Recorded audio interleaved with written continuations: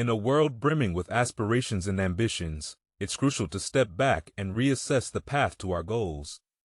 This isn't just another pep talk about setting resolutions or chasing dreams, it's an invitation to a transformative journey. Today, we delve deep into what it truly takes to turn your aspirations into tangible realities. This exploration is more than just a guide. It's a catalyst for a profound shift in how you approach your goals in 2024. As we stand on the cusp of a new year filled with untapped potential and uncharted territories, the questions loom large. How do we navigate the journey from where we are to where we want to be? What does it take to break free from the chains of conventional thinking and truly achieve what we set out to do? Our exploration begins by challenging the conventional wisdom about goal setting and achievement. We delve into why adopting an unconventional approach, sometimes even embracing the misunderstood art of being a fool, could be the key to unlocking paths less traveled, yet more rewarding. It's about having the courage to pursue what truly matters, even if it means standing apart from the crowd. Then we confront a subtle yet pervasive challenge, the inertia that holds many back from maturing and evolving. This isn't just about age or life stages, it's about mindset. It's about understanding the traps that keep us in a state of extended adolescence and learning how to step into our full potential as individuals in control of our destinies. And of course, we tackle the ever-pervasive quest for success in a world where success narratives are often painted in broad, impersonal strokes. We take a different route. We're here to dissect what success really means on a personal level and how to craft a vision of success that aligns with your deepest values and aspirations. As we venture into 2024, this journey is about equipping you with the insights, strategies, and perspectives needed to transform your goals from mere thoughts into lived experiences. It's about shifting from passive longing to active, purposeful doing. Join me in this exploration and let's redefine what it means to truly achieve your goals in the year ahead in a world of ever-evolving complexities where following the norm is often seen as a safer route. There lies a hidden art, the art of being what some might call a fool. Imagine for a moment a tightrope walker taking that precarious first step. To many that decision might seem foolish. Why leave the safety of solid ground? Yet for the performer, it's a dream, a passion, and a defining aspect of their identity. Similarly, each of us faces a metaphorical tightrope in our lives. The fine line between societal expectations and our deepest aspirations. The term fool often carries with it a myriad of connotations. Most of them derogatory. Fools, as we traditionally led to believe, lack judgment, wisdom, and foresight. They're the jesters, the clowns, the naive dreamers who dare to venture beyond the well-trodden path. But what if buried within the essence of foolishness? There is a profound wisdom, a wisdom that recognizes that life's grandest adventures and deepest learnings often lie outside the contours of convention over the course of history. Countless philosophers, thinkers, and creatives have not just hinted at, but have celebrated this unique perspective. Their teachings and life stories provide us with invaluable insights, ones that challenge the status quo and encourage us to view the world through a different lens, a lens that values audacity, courage, and the drive to chase after what might initially seem unreachable. Enter the art of being a fool. In understanding this concept, we delve deep into the psyche of humanity. Throughout time, our greatest advancements, innovations, and expressions have come from those willing to be ridiculed, willing to be misunderstood, willing to essentially be the fool, from the artists who introduced avant-garde movements only to be dismissed by their contemporaries, to the scientists who posited groundbreaking theories that upended conventional wisdom. It was their foolish resilience and faith in their dreams that carved the path forward. But why is it so essential to harness this seemingly counterintuitive idea in its essence? The art of being a fool is about authenticity. It's about staying true to oneself, despite external pressures to conform. It's about the audacity to believe in our dreams, no matter how far-fetched or distant they may appear. By doing so, we not only find purpose and meaning in our own lives, but also inspire others to do the same. The societal norms and expectations we face today aren't necessarily designed to suppress our dreams, but they do often encourage conformity from a young age. We're steered towards paths deemed secure and acceptable. Rarely are we urged to question, to dream, and to chase those dreams with an unabashed fervor. Yet, History has repeatedly shown us that those who have made a lasting impact, who have truly lived lives of fulfillment, are those who embrace the art of being a fool in this exploration. We're not just discussing the abstract idea of foolishness. We're delving into a roadmap drawing from the wisdom of revered philosophers, psychologists, and authors who have all in their unique ways embraced and championed this art form through their perspectives. We'll discover that being a fool is not about ignorance or naivety. It's about courage, passion, and the relentless pursuit of one's dreams. So as we start this journey together, I invite you to set aside preconceptions, to open your heart and mind, and to rediscover the profound wisdom that lies in the art of being a fool after all. As the famed George Bernard Shaw once remarked, all progress depends on the unreasonable man, or in our context, the unyielding dreamer, the timeless fool in the vast tapestry of mythological tales where gods, mortals, and creatures of all kinds play out the timeless dramas of existence. There lies a singular narrative thread, a thread that, irrespective of culture or epoch, seems to reverberate with a universal resonance. This is Joseph Campbell's renowned concept of the hero's journey. Joseph Campbell, in his seminal work, The Hero with 1,000 Faces, delved deep into the myths and stories of diverse cultures, only to unearth a startling revelation. Beneath the varied facades of these tales was a monomyth, a single overarching narrative structure. It was the story of the hero, an individual who departs from the familiar, confronts the unknown, faces challenges, and ultimately returns transformed. This cyclical journey is echoed in tales from the Indian Ramayana to the Greek Odyssey, from the biblical story of Moses to modern sagas like Star Wars. But where, one might ask, does the fool come into play in this grand narrative? At the very onset of the hero's journey, the protagonist often takes on the role of the fool. This is not a comment on their intelligence or capability, but rather their innocence, curiosity, and willingness to dive into the unknown without a clear roadmap. The fool is unburdened by the weight of knowledge and convention. They act on intuition, heart, and an insatiable quest for discovery. It's this foolishness that propels them into the adventure. Consider, for instance, the figure of Luke Skywalker from Star Wars. At the start, he is but a naive farm boy unfamiliar with the ways of the Force and the larger universe. He's the quintessential fool, taking risks, following an unfamiliar calling, stepping into a world fraught with peril. And yet it's precisely this naivety, this foolishness, that allows him to embark on a journey that transforms him into a Jedi, a hero. Similarly, in countless other tales, the hero starts as an unsuspecting individual, often underestimated, ridiculed, or dismissed by those around them. Think of Bilbo Baggins in Tolkien's The Hobbit, initially seen as nothing more than a simple hobbit with no taste for adventure. Yet, it's this very innocence, this touch of the fool, that makes his journey so compelling and transformative. Campbell emphasized that the journey of the hero isn't just about external adventures, battling monsters, finding treasures, or rescuing the damsel in distress. It's equally, if not more, about the internal voyage, confronting one's fears, doubts, and insecurities. The hero's external challenges are often mirrors of their internal struggles. And it's here, in this internal landscape, that the fool's qualities become even more crucial. For it's the fool's inherent openness, resilience, and adaptability that allows the hero to grow, learn, and eventually triumph. However, this journey is not without its challenges and uncertainties. The road is fraught with trials, and the hero is constantly tested.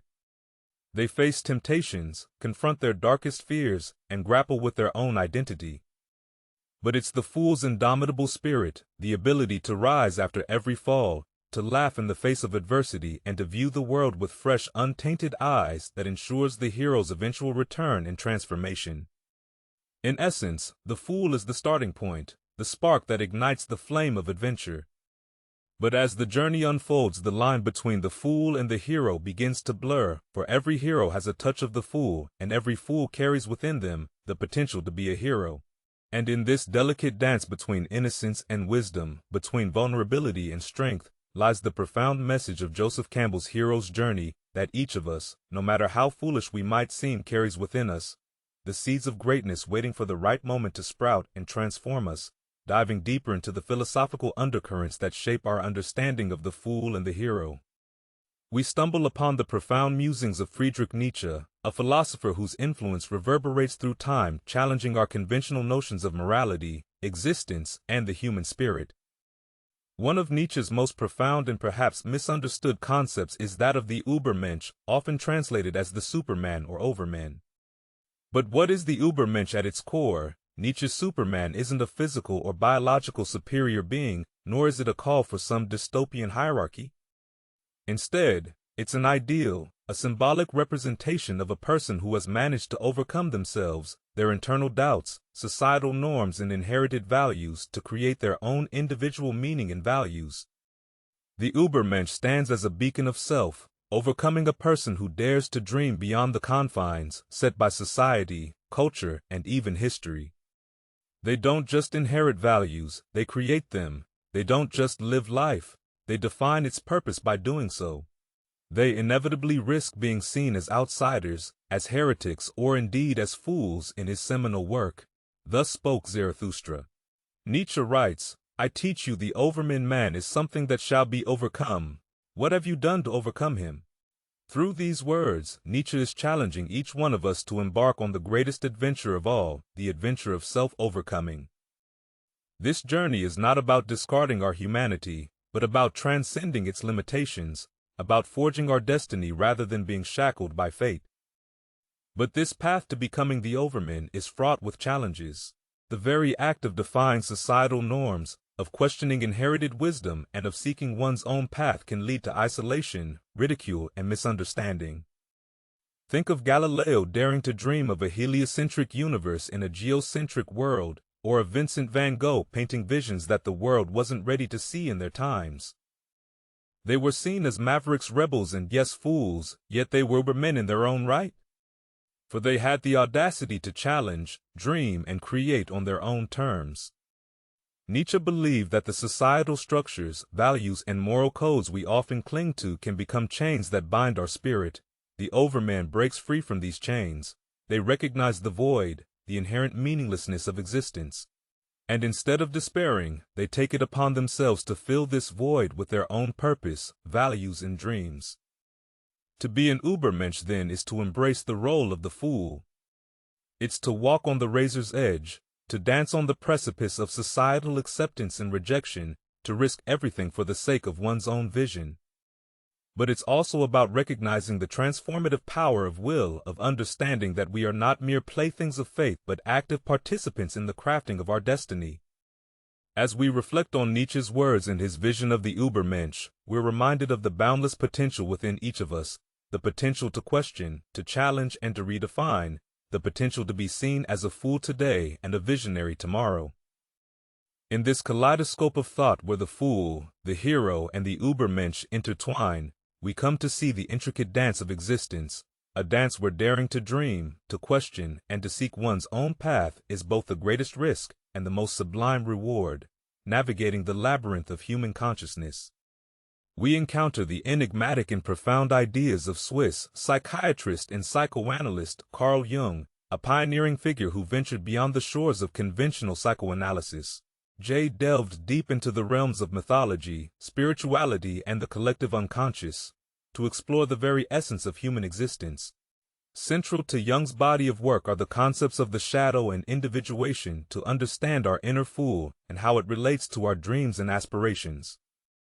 We must first embark on a journey into these profound realms of self-awareness and transformation. Often lurking in the periphery of our conscious mind is the shadow.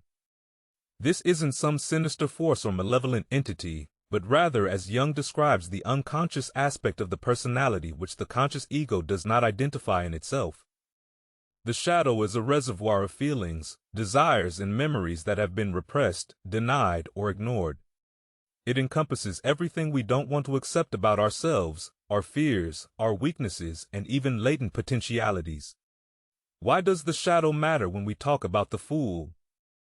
The fool in many ways is a manifestation of the shadow in its purest form. The fool represents spontaneity, innocence, and a certain wildness, traits that society often asks us to suppress or control. Thus, embracing the fool within us means confronting our shadow, acknowledging the parts of ourselves that we've shunned or ignored. It's about accepting our imperfections, vulnerabilities, and hidden desires. Only by integrating the shadow can we hope to become whole, authentic beings. This brings us to Jung's idea of individuation, a lifelong process of becoming the person one is inherently meant to be, distinct from societal expectations or norms. It's the journey of self-realization where one integrates the various facets of their unconscious, including the shadow, into their conscious self. The path of individuation is not about achieving an idealized version of oneself, but about reconciling and harmonizing the myriad forces within. The fool's journey in many ways mirrors this process of individuation. Like the fool, each of us embarks on a journey filled with trials, revelations, and transformations. As we confront and integrate our shadow, as we reconcile with our innermost fears and desires, we come closer to our true self. The fool's spontaneity, curiosity, and innocence are invaluable allies in this journey, helping us approach each twist and turn with an open heart and a willing spirit. Our dreams and aspirations are intricately linked to this process. They are, in essence, the soul's yearning for individuation, for wholeness. Each dream, whether it's a desire to create, to explore, or to connect, reflects a part of our unconscious, seeking expression in the conscious world. The fool, with its uninhibited nature, becomes the bridge between these realms, urging us to listen to our innermost calls, to dare to dream, and to explore the vast landscapes of our psyche. In one of his reflections, Jung stated, "Who looks outside dreams, who looks inside awakes." This captures the essence of our discussion. To truly understand and pursue our dreams, we must turn our gaze inward, embrace our inner fool, and embark on the journey of individuation. It's a journey where the destination is not a place, but a state of being, a state of wholeness, authenticity, and profound self-awareness. In the grand tapestry of ideas, from Nietzsche's Übermensch to Campbell's hero's journey, Jung's concepts add another layer of depth. They remind us that the journey is as much inward as it is outward. That each challenge, each revelation, each dream is a stepping stone towards becoming our truest self. And in this journey, the fool is not just a companion, but a beacon illuminating the path with its innocence, curiosity, and unabashed authenticity. In the grand theater of philosophical thought, few have painted as vivid a portrait of the human condition as the French-Algerian writer and philosopher Albert Camus. Camus, a Nobel laureate, grappled with existential quandaries, painting a vision of life where meaning is not handed to us but crafted by our own hands amidst the vast indifference of the universe. Central to Camus' philosophy is the concept of the absurd. Camus described the absurd as the conflict between our desire for meaning and the apparent meaninglessness of the universe. We as humans are driven by an innate quest for purpose and significance. Yet the universe, in its vastness and indifference, does not seem to offer any inherent meaning. This tension, this dissonance, is the essence of the absurd, rather than view the absurd as a nihilistic endpoint. Camus saw it as a beginning, a realization from which one could construct the life of authenticity in his work. The myth of Sisyphus. Camus presents the tale of Sisyphus condemned to push a boulder up a hill for eternity, only to see it roll back down each time he nears the summit. For Camus, Sisyphus embodies the human condition. Our endeavors, our struggles, our dreams might seem futile in the grand indifference of the cosmos. Yet it is in the act of striving, of rebelling against the absurdity, that we find meaning. Dreams, aspirations, and pursuits are integral to this rebellion. Society, with its structures and norms, often imposes a certain rationality upon us. It dictates paths that promise stability, respect, and acceptance. Yet these societal norms often clash with the personal dreams that bubble within us, dreams that might seem irrational or unconventional. Camus' philosophy empowers us to embrace these dreams, not in spite of, but because of the absurd. If life inherently lacks meaning and our existence is set against the backdrop of an indifferent universe, then why not pursue what sets our soul alight? Why not follow the path that resonates with our essence, regardless of societal expectations or norms? Accepting the absurdity of life liberates us from the confines of societal shoulds and musts. It reminds us that societal norms are just as arbitrary as any other construct in the grand indifferent theater of the universe. Choosing a life that aligns with societal expectations is no more rational than pursuing one's wildest, most irrational dreams by recognizing and embracing the absurd. We free ourselves from the pressure of finding objective meaning or conforming to external standards. We become the authors of our destiny, crafting narratives that resonate with our deepest truths. This isn't a call to abandon responsibility or drift aimlessly, but an invitation to pursue our passions with vigor, to embrace the unpredictability of life, and to find joy in the act of living itself, irrespective of external validations. Camus once said the only way to deal with an unfree world is to become so absolutely free that your very existence is an act of rebellion. In a world bound by conventions where the weight of expectations can often stifle dreams, pursuing one's true calling, no matter how unconventional or foolish, becomes an act of rebellion, a rebellion against the absurdity of existence and societal impositions. As we reflect upon Camus' insights, we are reminded of the liberating power of acceptance. Accepting the absurdity of life doesn't lead to apathy, but to an empowered freedom. It reminds us that in the vast cosmic dance we have but a fleeting moment, and in this moment, rather than be bound by the chains of convention, we can choose to dance to our own rhythm, to chase our dreams with abandon, and to craft a life that, while fleeting, is fiercely and authentically ours. In the ongoing saga of the fool's journey, the lessons from Camus offer a potent elixir. They remind us that sometimes the most rational act is to embrace our irrational dreams, to find meaning in the act of living, and to celebrate the beautiful, fleeting, and absurd dance of existence as we move forward. Let Camus' vision serve as a beacon, urging us to dream, to dare, and to embrace the profound freedom that comes from accepting life's inherent absurdity. The literary landscape of Russia is vast and rich, filled with introspective quests and profound human dilemmas. Amidst this grand tapestry stands a colossus, Fyodor Dostoevsky. His novels aren't just tales.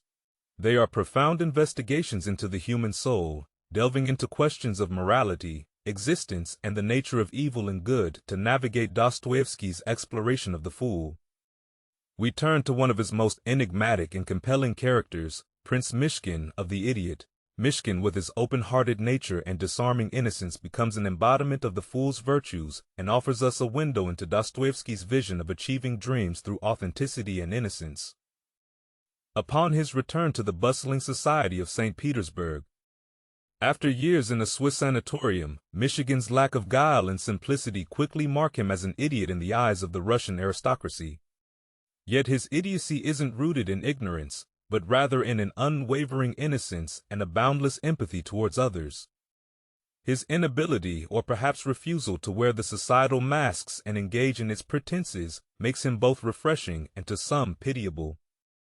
Michigan's unbridled innocence, often perceived as naivety or foolishness, becomes his unique lens to view the world. While the society around him is riddled with deceit, jealousy, and pride, Mishkin remains largely untouched by these vices, his genuine concern for others, even those who ridicule or harm him, showcases the strength and resilience that comes from a pure heart.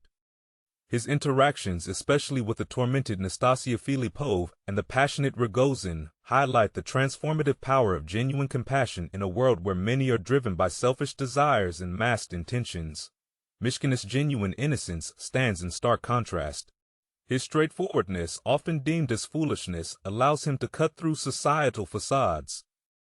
He doesn't engage in the usual games of one-upmanship or deceit. And while this often places him in precarious situations, it also allows him to remain true to himself, a beacon of authenticity in a sea of pretense. This authenticity is a potent force for Dostoevsky. It's clear that innocence and foolishness, when rooted in a genuine understanding of oneself, can be more powerful than calculated cunning or societal savvy. Mishkin's dreams and aspirations are not driven by societal expectations, but by an inner moral compass, an innate understanding of good that remains uncorrupted by the world around him. For Dostoevsky, through characters like Prince Mishkin, the journey towards one's dreams is not a straight path paved with calculated decisions and societal validations. Instead, it's a winding road where the heart, in its innocence and foolishness, serves as the compass. Dreams in the Dostoevskian universe are deeply personal.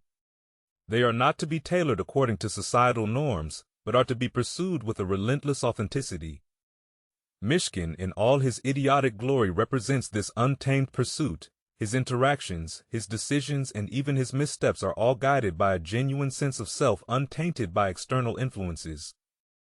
In one poignant moment, Michigan remarks, "Beauty will save the world." This isn't just a comment on aesthetic beauty, but a profound reflection on the beauty of the human soul in its rawest, most authentic form. For Dostoevsky, it's this beauty, this genuine authenticity that holds the power to transform, to inspire, and to lead one towards their true dreams.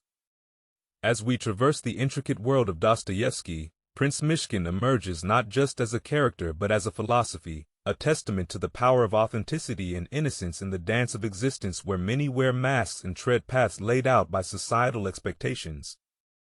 Figures like Mishkin remind us of the strength inherent in genuine innocence in our ongoing exploration of the fool's journey. Dostoevsky's The Idiot adds a profound layer.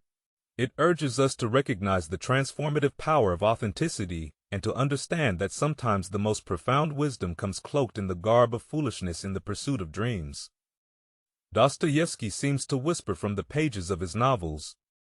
It's not the societal accolades or validations that matter but the authenticity of the journey. And in this authentic journey, with all its trials and tribulations, lies the true realization of dreams painted not in the colors of the world, but in the hues of one's heart. When we journey through the halls of philosophy, we inevitably encounter a figure whose influence has reverberated through the ages, shaping Western thought with a fervor that few have matched, Socrates with his unyielding quest for truth. And his distinctive method of questioning remains one of history's most celebrated thinkers. Not only did he lay the foundations for critical thinking, but he also introduced profound insights into the nature of knowledge and the importance of self-awareness. The paradoxical claim, "I know that I know nothing," often attributed to Socrates, stands as a testament to his philosophical approach on the surface. This statement might appear self-defeating or even nonsensical, but at its heart, it captures the essence of Socratic wisdom, humility in a world where many claim to have all the answers. Socrates admitted his ignorance, but this wasn't a declaration of defeat or apathy. It was an acknowledgement of the vastness of the universe and the limitations of human understanding by accepting that he didn't have all the answers. Socrates opened the door to relentless inquiry and perpetual learning. Humility, as Socrates showcased, is not about self-deprecation, but about recognizing our limitations and being open to growth and admitting his lack of knowledge. Socrates wasn't resigning to ignorance, but challenging himself and others to delve deeper, to question more fervently, and to seek truth with renewed vigor. This humility can be incredibly empowering, especially in the pursuit of dreams in a society that often values absolute certainty and clear answers. Admitting that we don't know everything can be liberating. It allows us to approach challenges with an open mind, to learn from our experiences, and to adapt our strategies in the face of obstacles or failures. The acknowledgement that we don't have all the answers can fuel resilience and inspire innovation. Central to Socrates' approach was his method of questioning, known aptly as the Socratic method, rather than providing direct answers. Socrates would engage in a series of probing questions, leading his interlocutors on a journey of self-discovery and critical examination. Through this method, Socrates aimed to peel back the layers of assumption and expose the core truths or lack thereof. Beneath this relentless questioning can be profoundly transformative, especially when it comes to societal norms and conventions.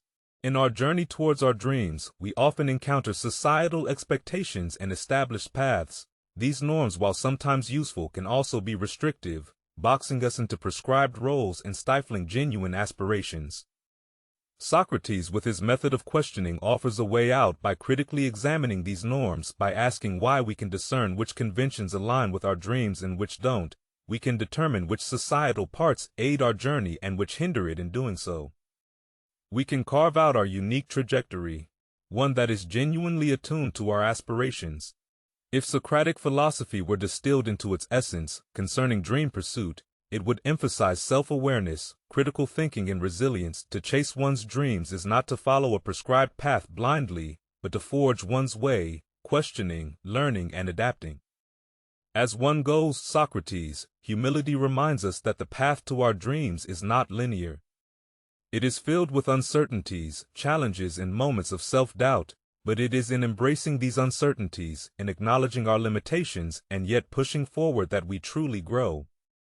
Additionally, by critically examining the societal norms that often shape our aspirations, we can ensure that our dreams are genuinely our own, not reflections of external expectations. We can ensure that our journey with all its twists and turns is one of authenticity. The legacy of Socrates etched in the dialogues of Plato and the annals of philosophy is not just of a thinker but of a revolutionary. He did not just challenge ideas. He challenged ways of being, ways of thinking, and ways of dreaming. As we continue our exploration of the art of being a fool and the pursuit of dreams, the insights of Socrates serve as a guiding light. They remind us of the strength inherent in humility, the power of questioning, and the importance of self-awareness in our quest for dreams. Socratic wisdom offers a potent reminder: it's not the destination but the journey that matters. And in this journey, it's not the answers but the questions, the reflections, and the relentless pursuit of understanding that truly pave the way. Let us move forward. Then, with the spirit of Socrates, questioning, reflecting, and ever seeking as we chase our dreams with authenticity and fervor, for in the dance of aspirations, it's the rhythm of self-awareness and the steps of critical inquiry that truly make the dance worthwhile. Among the profound voices echoing through the halls of psychology and philosophy, Viktor Frankl's resonates with a particular poignancy. A Holocaust survivor, neurologist, and psychiatrist, Frankl didn't just theorize about human suffering and the search for meaning, he lived it.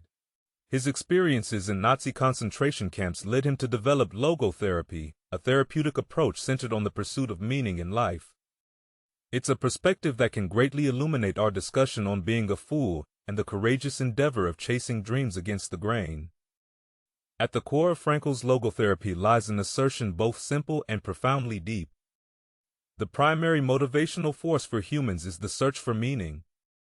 Unlike other psychotherapeutic approaches which may focus on pleasure or power as driving forces, logotherapy posits that our deepest desires are directed towards understanding our purpose and discerning significance in our existence. For him, life holds potential meaning under any circumstance, even the most miserable ones. This belief was not formed in the comfort of a therapist's chair, but amidst the harrowing environment of concentration camps. It was here, amidst unthinkable adversity, that Frankl observed a striking phenomenon. Those who could find some meaning or purpose in their suffering were more resilient, enduring the horrors with a strength that seemed almost superhuman. In many ways, the individuals who dared to seek meaning in the bleakness of the camps played the role of the fool. They defied the external narrative that sought to strip them of their humanity, choosing instead to listen to the internal voice that whispered of purpose and significance. They were foolish enough to dream, to hope, and to find fragments of meaning even in the direst of circumstances. This is where the crux of the art of being a fool intersects with Frankl's insights. Pursuing one's dreams often requires a similar foolishness, the audacity to seek personal meaning and purpose. Despite external circumstances or societal expectations, whether these external pressures come in the form of societal norms, adverse conditions, or external naysayers, the challenge remains to stay true to one's inner compass, to prioritize personal meaning over external dictates. Frankl himself exemplified this. Despite the dehumanizing conditions of the camps, he held on to the dream of reuniting with his family and sharing his insights with the world. He mentally drafted what would later become his seminal work, Man's Search for Meaning, using scraps of paper and stolen moments of reflection in the contemporary world. The challenges we face might be different from the horrors Frankl endured, but the central dilemma remains: we are often pulled between societal expectations, the well-trodden paths, the prescribed definitions of success, and our search for personal meaning. Here, playing the fool becomes an act of courage. It involves prioritizing personal meaning over societal accolades, seeking significance in paths less trodden, and often embracing dreams that might seem irrational or impractical to the external world. Frankl's logotherapy teaches us that our well-being, resilience, and even our mental health are intricately linked to this pursuit of meaning. When we align our dreams with our personal sense of purpose, we don't just achieve external milestones, we fulfill an inner calling. We experience a joy that is profound, a satisfaction that is deep-rooted. Viktor Frankl's life and teachings offer a beacon of hope and a roadmap for all those embarking on the journey of dream pursuit. His insights remind us that true fulfillment doesn't lie in societal validations or external achievements, but in the alignment of our actions with our personal sense of meaning. The fool, in the context of Frankl's philosophy, is the individual who dares to defy external chaos, who seeks meaning even when it's hidden in adversity, and who amidst the noise of societal voices listens intently to the inner whisper of purpose in our continued exploration of the art of being a fool. Viktor Frankl stands as a testament to the strength of the human spirit and the transformative power of personal meaning. His legacy urges us to be foolish enough to prioritize our inner calling, to seek meaning amidst chaos, and to chase dreams with a tenacity rooted in purpose. Ralph Waldo Emerson, the 19th-century American philosopher, essayist, and poet, stands as an emblematic figure in the realm of transcendentalism and individualism. His ideas, expressed most vividly in his essay, Self-Reliance, have not only shaped American thought but have also offered invaluable insights into the dynamics of personal autonomy, nonconformity, and the spirit of chasing dreams. Emerson's philosophy provides another fascinating layer to our exploration of the art of being a fool. Emerson's essay, Self-Reliance, begins with a striking proclamation: "Trust thyself." Every heart vibrates to that iron string at its heart. The essay is a call to arms for individuals to trust their inner voices and intuitions. For Emerson, to be self-reliant is to embrace one's thoughts, values, and beliefs without being unduly influenced by societal norms or external pressures. One of the essay's most compelling assertions is that society often conspires to rob individuals of their autonomy by imposing its conventions, norms, and definitions of success. Society can divert individuals from their genuine paths.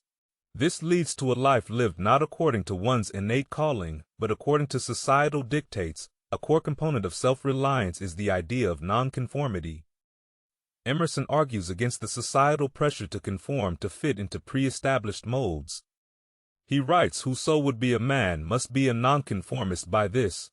He doesn't merely suggest rebellion for rebellion's sake, but underscores the importance of authentic self-expression. This nonconformity in the context of our discussion closely aligns with the notion of being a fool. It involves the courage to be seen as different, to risk being labeled eccentric or odd, and to follow one's dreams. Even when they diverge from societal expectations, to Emerson, such foolishness is not a flaw but a virtue. It signifies an individual's commitment to their inner convictions over external validation. Central to Emerson's philosophy is the emphasis on intuition. He believed that each individual possesses an inner compass, a guiding light that illuminates their unique path, while reason and logic have their place. It's this intuition, this gut feeling, that should guide our actions, particularly when it comes to significant life decisions and dream pursuit and chasing our dreams. Relying on this intuition might often lead us down unconventional paths. These are paths that might not always align with societal standards, paths that might seem foolish to the external observer. Yet, as Emerson argues, it's precisely this foolishness, this unwavering trust in one's inner voice, that can lead to genuine fulfillment and profound achievements.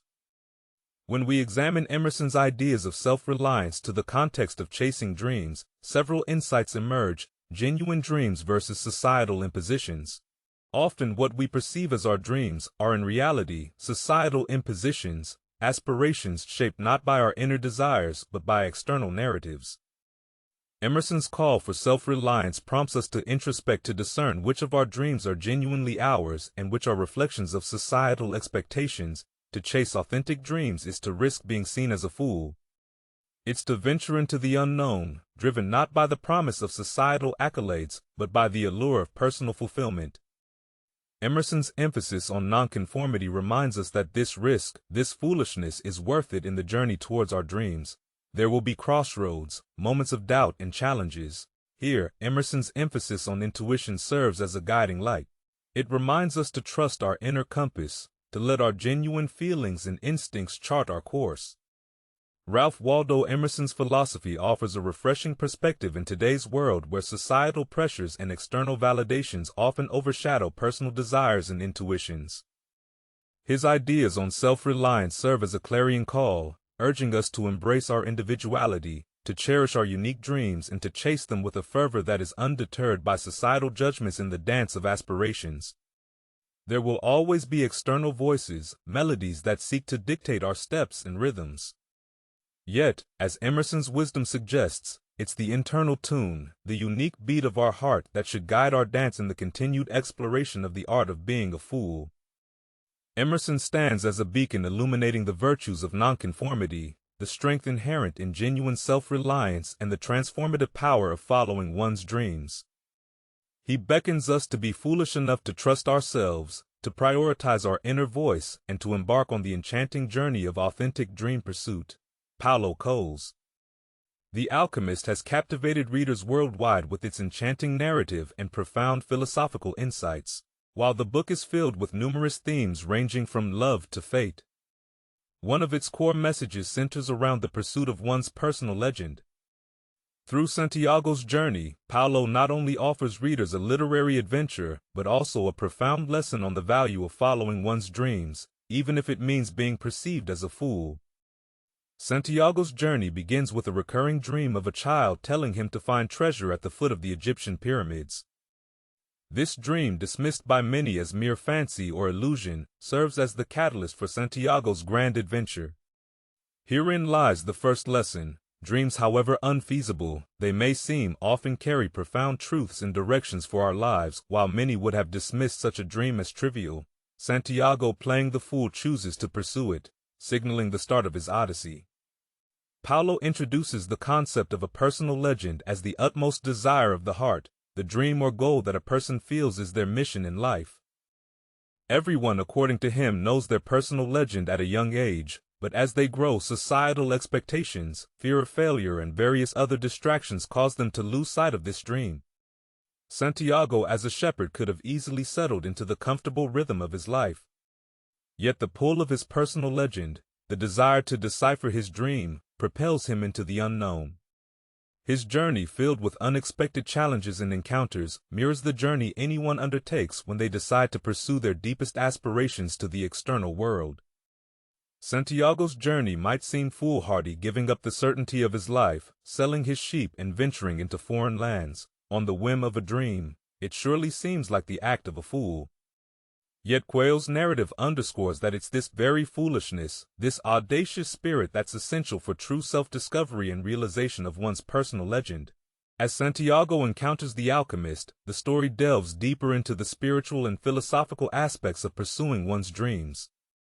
The alchemist tells him people learn early in their lives what is their reason for being, and that very few follow the path laid out for them, the path to their personal legends, to their happiness. This reinforces the idea that many, fearing the label of fool, choose the comfort of the known over the uncertainty and magic of chasing their dreams. While alchemy traditionally centers around turning base metals into gold, Paulo uses it as a metaphor for personal transformation. Santiago's journey isn't just about physical travel. It's about his inner evolution, his metamorphosis, as he inches closer to his personal legend. This transformation is essential for anyone on the path of their dreams. It involves shedding old beliefs, embracing new wisdom, and continually evolving in the quest for one's deepest aspirations. Santiago's journey comes full circle when he realizes that the treasure he sought was not just physical, but also metaphysical. The real treasure was the wisdom he gained, the understanding of his heart's true desires, and the realization that the journey itself, with all its challenges and detours, was as valuable as the destination. Coelho seems to suggest that in the pursuit of our personal legends, while the end goal is crucial, the journey, the experiences, the transformations, and the wisdom gained are equally, if not more valuable. Paulo Coelho, through the narrative of Santiago, offers a compelling exploration of the art of being a fool. It's a reminder that often the path to our deepest desires, our personal legends, requires us to embrace the unconventional, to risk ridicule, and to journey into the unknown in the dance between destiny and free will, between dreams and reality. The alchemist stands as a beacon illuminating the power of faith, the beauty of the journey, and the transformative magic of chasing one's dreams in a world that often values pragmatism over passion. The alchemist is a clarion call to all dreamers, urging them to embrace their foolishness, to trust the whispers of their hearts, and to embark on the sacred journey of realizing their personal legends. it's not just a tale of Santiago's Odyssey. It's an invitation to every reader, every individual to embark on their own journey of self-discovery, dream pursuit, and personal alchemy. In this exploration of the intricate dance between dreams and daring, between folly and fulfillment, we've traversed the thoughts of some of history's most profound thinkers and storytellers. Each of these luminaries in their unique ways beckons us towards a singular truth, the inestimable power of embracing our inner fool, from Santiago's relentless pursuit of his personal legend in Quails the Alchemist, to Nietzsche's bold conception of the Übermensch who dares to craft his own values, from Jung's insightful revelations about the shadow and individuation, to Emerson's impassioned advocacy for self-reliance. Each narrative and philosophical stance paints the portrait of a world where dreams aren't just fleeting fantasies, but profound prophecies guiding us towards our authentic selves. Dreaming, as we've gleaned, isn't merely an act of whimsy, it's an act of rebellion. It's a challenge to societal structures, a defiance against the mundane, and most importantly, a courageous commitment to oneself. Daring to dream is akin to launching a silent yet powerful revolution against conformity. The fool in each of us isn't a marker of naivete or ignorance. Rather, it's a symbol of audacity, of the capacity to venture beyond the familiar horizons and dive into the vast oceans of the unknown. The world often demands of us a straight path, a predictable trajectory filled with safe choices and sound decisions. However, as Socrates' profound assertion reminds us, true wisdom might reside in acknowledging the vastness of what we don't know, in questioning the norms, and in realizing the profound freedom that this humility brings. It grants us the license to be foolish, to question the unquestionable, and to etch our paths on the sands of time. Viktor Frankl, with his incisive insights on logotherapy, further illuminates this discourse, revealing that our deepest yearnings are often tethered to our search for meaning. This search in all its profundity frequently demands from us the bravery to be foolish, to look beyond the immediate intangible, seeking that which truly resonates with the core of our being. In essence, the fool is not the one who dreams, but perhaps the one who, fearing ridicule or failure, suppresses those dreams. For in dreams we find not just hope, but direction, not just aspiration, but purpose. To be foolish is to have the audacity to believe in oneself, to trust in the journey, and to realize that the path, with all its twists and turns, is as significant as the destination. So as we conclude this odyssey through thought, philosophy, and narrative, let's carry with us the vibrant tapestry of insights we've gathered. Let's honor the fool within, recognizing its power, its wisdom, and its unparalleled courage. For in the art of being a fool lies the art of truly living, of dreaming, daring, and defying the boundaries that confine us. Embrace that inner fool, for in its embrace lies the promise of a life lived in technicolor, rich with dreams drenched in passion, and driven by purpose. In every epic tale, from ancient legends to modern blockbusters, a protagonist embarks on a transformative journey. A transition from youthful naivety to the wisdom of maturity, a story of becoming. But what if this journey, this very rite of passage, seems interrupted, delayed, or even halted? What if Peter Pan chose never to leave Neverland? The world is changing. We're living in an era where the age-old rituals and traditions that once signposted our pathway from childhood to adulthood have either evolved or disappeared entirely. Gone are the days when manhood's rites of passage were clearly defined, when milestones such as leaving home, securing steady employment, or starting a family were the common signifiers of having grown up. Enter the 21st century, and we encounter a peculiar phenomenon. A substantial group of young men who in many ways appear to remain stuck in a perpetual state of adolescence. This isn't a mere stereotype portrayed in sitcoms or joked about at family gatherings. It's a societal reality with tangible implications, impacting economies, family structures, and the individual psyches of those caught in its wake. The numbers speak for themselves. As of the last few decades, we've seen a significant spike in the number of young men, particularly those in their 20s and 30s, still living at home. In the United States alone, the Pew Research Center reported in 2020 that a staggering 52% of young adults resided with one or both of their parents. A percentage not witnessed since the Great Depression era. But it isn't just about living arrangements. Employment rates too paint a worrying picture. The labor force participation rate among young men has been on a consistent decline. While several factors contribute to this, from automation to global economic shifts, the personal narratives often revolve around feelings of disenfranchisement or a perceived lack of opportunity. Many express feeling outmatched, outpaced, and often out of place more than just economical. The emotional and psychological landscapes of these men reveal signs of developmental delays. A survey from the American Psychological Association indicated a rise in reported feelings of loneliness, aimlessness, and a sense of being stuck among this demographic. Traditional markers of adulthood seem to elude them, not just in achieving them, but often in even desiring them. Now, these statistics and observations aren't meant to berate or criticize. They are called to understand, to empathize, and more critically, to seek solutions. If we're to aid these young men in their passage to maturity, we first need to fathom the depths of this modern enigma. So why is this happening? Why, in an age of unprecedented information and opportunity, do so many young men feel lost in the labyrinth of adulthood? It's tempting to lay blame on contemporary culture or the whims of the new generation, but that's an oversimplified answer to a multifaceted puzzle. To truly dissect this quandary, we need to dig deeper. We need to tap into the wellspring of knowledge left behind by some of history's most astute observers of the human condition, our philosophers, psychologists, and mythologists. What lessons, warnings, or guidance did they leave behind that might illuminate our path? How did ancient societies navigate the murky waters of manhood? What does our current societal structure contribute to this conundrum? And can age-old myths like those elucidated by Joseph Campbell offer a mirror to today's young man lost in his own hero's journey? Join us as we delve into this intriguing exploration, seeking not just answers, but also strategies to reignite the ageless fire of growth, responsibility, and maturity, because every young man deserves his hero's journey. And every society benefits from the stories of those who've walked the path before Joseph Campbell, a name synonymous with mythology and the human experience, crafted a framework that transcends time, geography, and culture. This framework is known as the monomyth, a singular narrative underlying countless myths, legends, and stories from every corner of the globe at its heart. It's not merely a scholarly concept. It's a mirror to our own lives, our trials, and our transformations.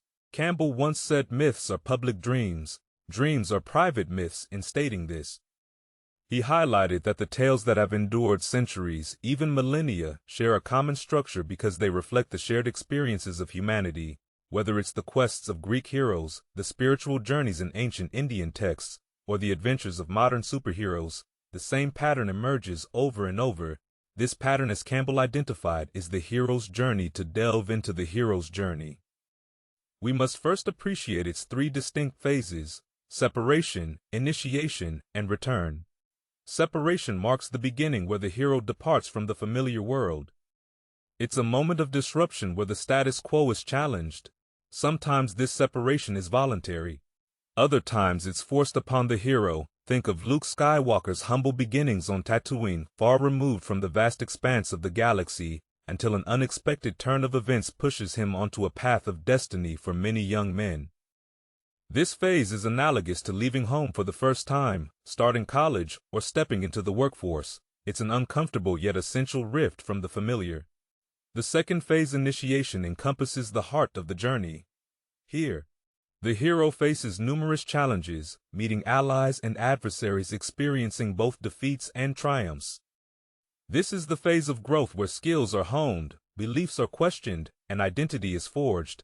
Campbell's emphasis on this phase is crucial.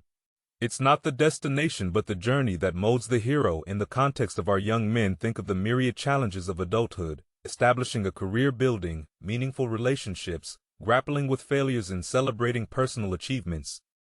These experiences, both bitter and sweet, are the crucibles in which their maturity is tested and tempered. Finally, they return after facing the ordeals.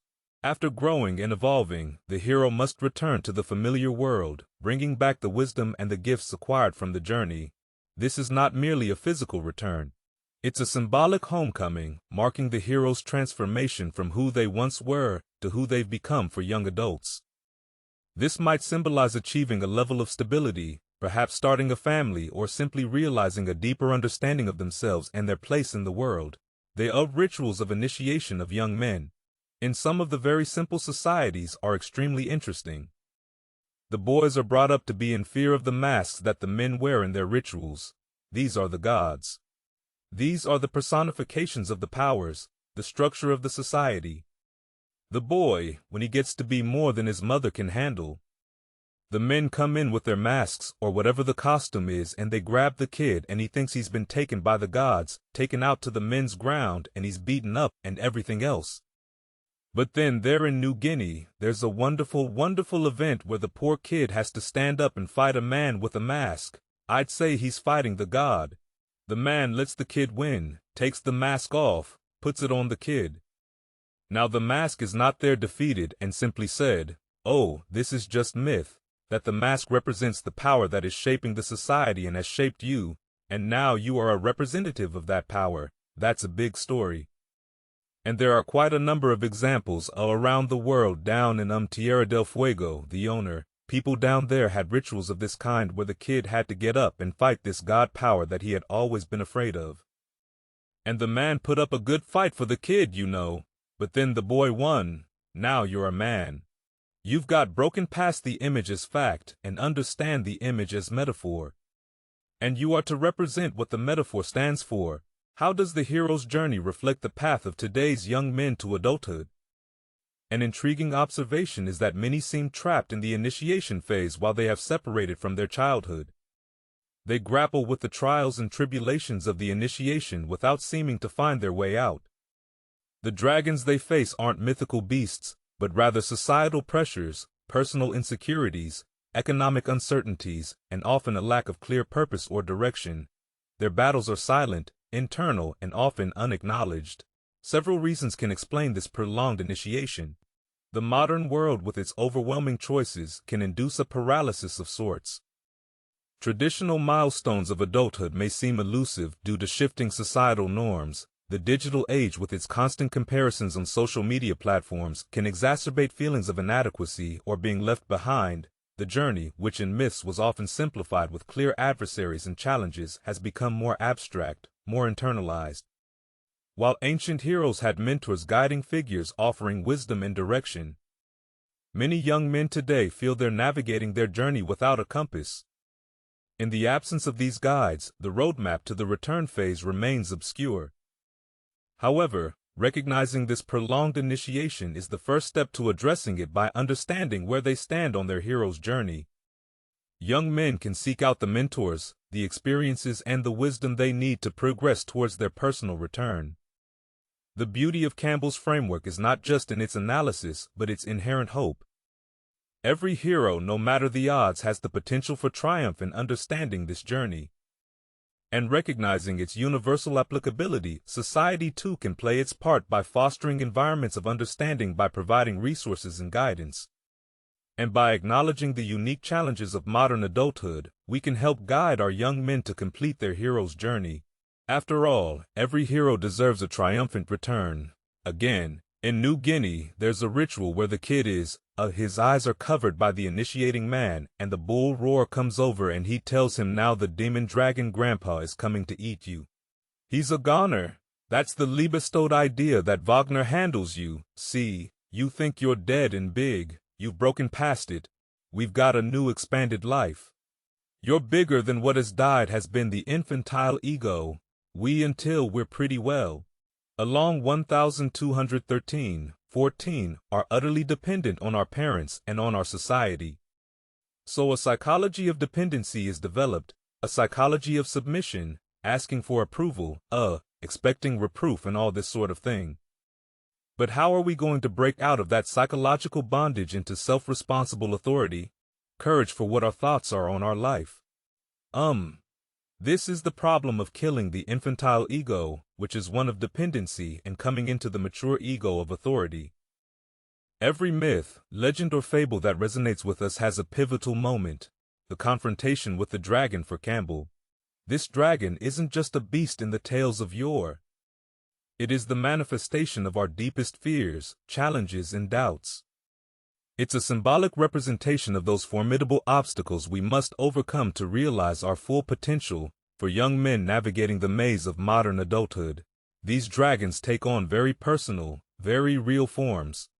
The first such dragon many young men confront is fear. The world outside the familiar cocoon of adolescence is fraught with uncertainty.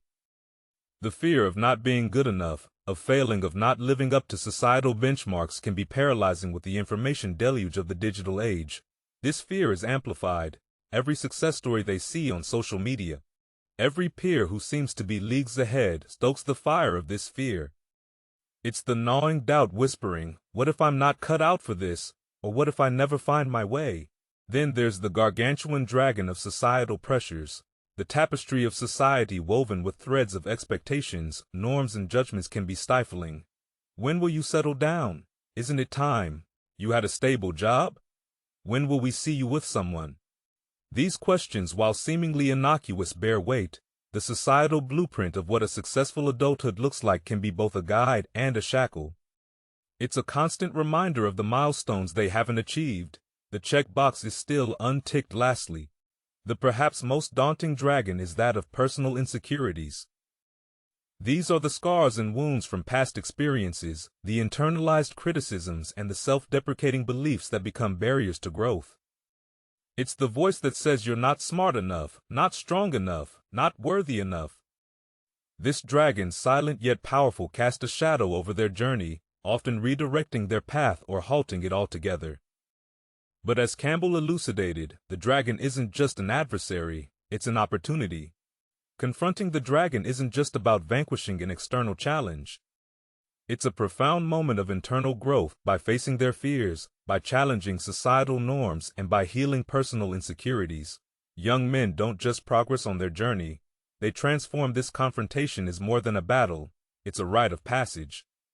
It's the chrysalis from which they emerge, not as boys, but as men who've embraced their true selves. But what does this true self look like? Campbell's wisdom suggests it's the discovery of one's own personal legend or unique calling, to borrow from another great thinker who wrote The Alchemist. The personal legend is what you have always wanted to accomplish. It's that innermost dream untainted by external expectations or societal molds. Finding this legend isn't about meeting benchmarks set by others, but about aligning with one's inner compass in the cacophony of modern life amidst the myriad voices telling them who they should be. The challenge for young men is to find and listen to their own voice. It's about asking, who am I separate from what the world wants me to be? This introspection, this journey inward, is perhaps the most critical step towards true adulthood, because maturity isn't just about age or external achievements. It's about recognizing and honoring one's essence. Embracing this personal legend means shedding the weight of expectations and forging one's own path.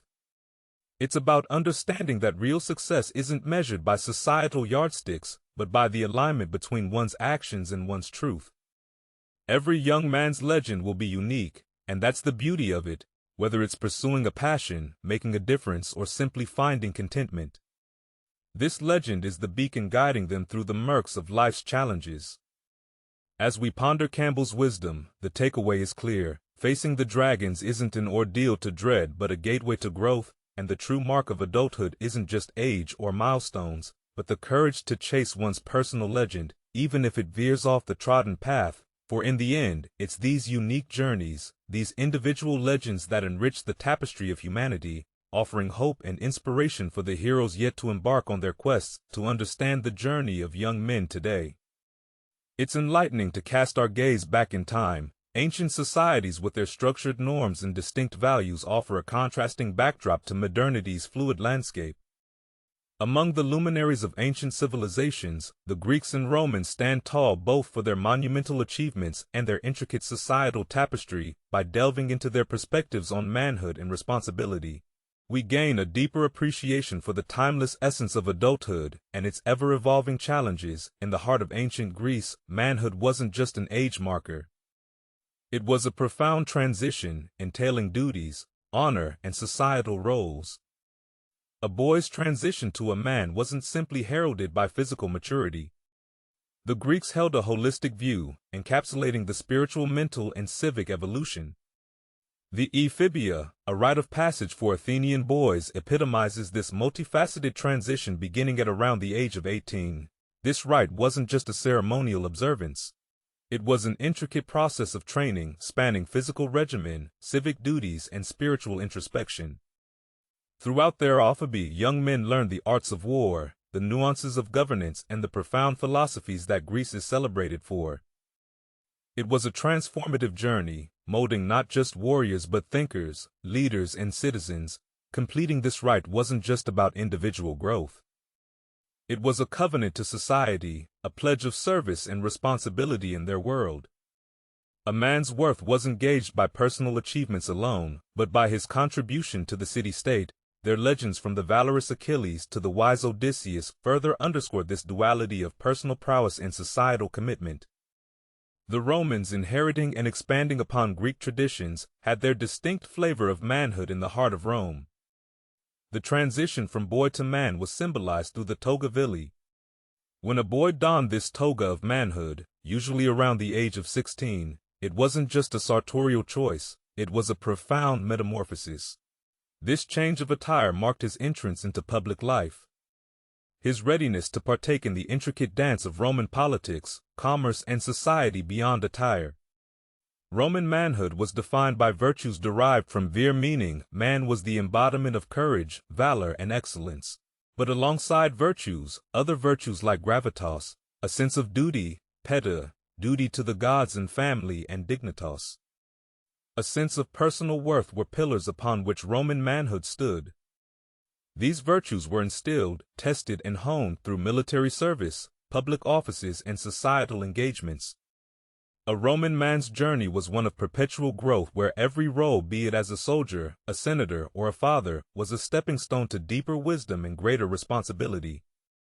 The rites of passage and challenges these ancient young men faced were in essence societal crucibles.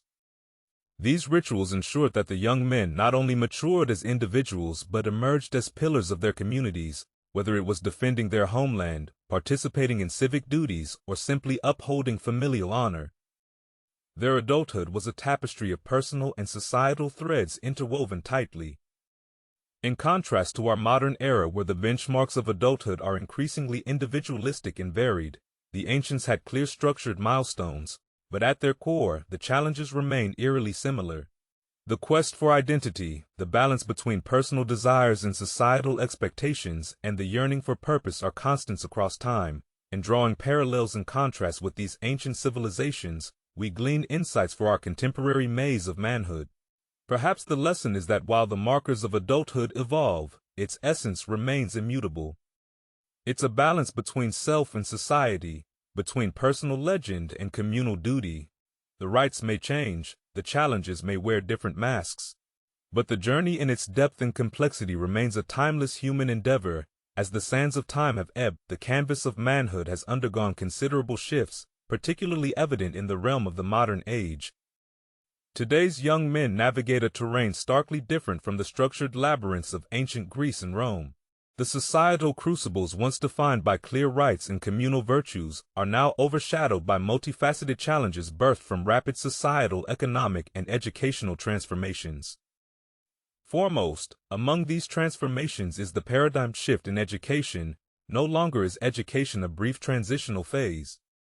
It's an elongated journey, often stretching well into the mid-20s or even 30s for some in ancient societies. By the time a man was in his early 20s, he had already shouldered significant responsibilities today. However, that same age might find a young man engrossed in tertiary education, grappling with the intricacies of specialized disciplines or navigating the demanding corridors of graduate schools, the consequence a delayed plunge into the working world. This prolongation of academic life creates a ripple effect, postponing not just financial independence but often other markers of adulthood, like marriage, home ownership, or even clarity of purpose. The economic landscape further compounds these delays. Unlike the agrarian or localized economies of yore, today's globalized economy is both an avenue of boundless opportunities and a minefield of unpredictable challenges. Housing, once a straightforward milestone, is now a complex pursuit with skyrocketing real estate prices in urban hubs. The dream of owning a piece of land, a staple of the proverbial American dream, feels increasingly elusive for many. The job market too bears little resemblance to its predecessors. The linear careers of the past have fragmented into a mosaic of gig economies, temporary contracts, and a constant race to upskill in the face of automation and AI economic crises.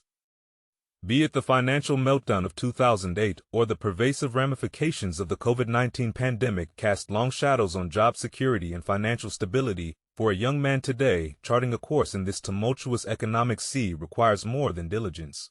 It demands adaptability, resilience, and a penchant for lifelong learning parallel to these economic and educational tectonic shifts.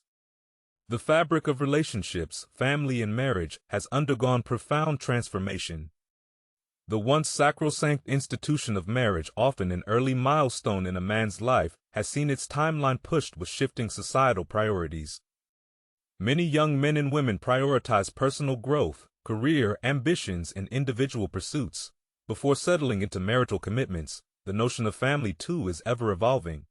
Nuclear families, single-parent households, or even chosen families of close friends redefine what home means in the 21st century. Moreover, the dynamics of relationships have adapted to the digital age in a world where love can spark across continents through screens and where relationships might begin or end with the swipe of a finger. The rules of engagement are continually being rewritten. These changes, while offering unprecedented freedom and choices, also bring forth new challenges. The paradox of choice, the quest for authentic connections in a digital age, and the balancing act between personal independence and shared responsibilities in partnerships. In this modern tableau, young men find themselves juggling an array of roles, expectations, and challenges where the ancients had clear demarcated rites of passage. Today's journey to adulthood is more fluid, less defined, and often punctuated with a series of many rites spanning decades. Yet beneath these complexities, the underlying quest remains unchanged. The search for identity, purpose, and a rightful place in the societal mosaic, navigating the complex waters of contemporary masculinity. A term frequently emerges encapsulating both a cultural archetype and a tangible reflection of our era: the Peter Pan syndrome. This term, much like its namesake from J.M. Barrie's timeless tale, embodies the reluctance to grow up. It paints a picture of individuals trapped in the buoyant bliss of childhood, feet afloat, eyes averse to the shores of adulthood. But is it a mere metaphor, or does it find roots in deeper psychological underpinnings? Let's embark on a journey through its facets, origins, and implications. The Peter Pan syndrome at its core can be characterized by a profound resistance to the responsibilities of adult life. Individuals grappling with this condition often showcase a palpable fear of commitment, whether in relationships, careers, or personal goals. Their lives, rather than charting a definitive trajectory, seem to meander through a labyrinth of short-lived passions, fleeting relationships, and evasive responsibilities.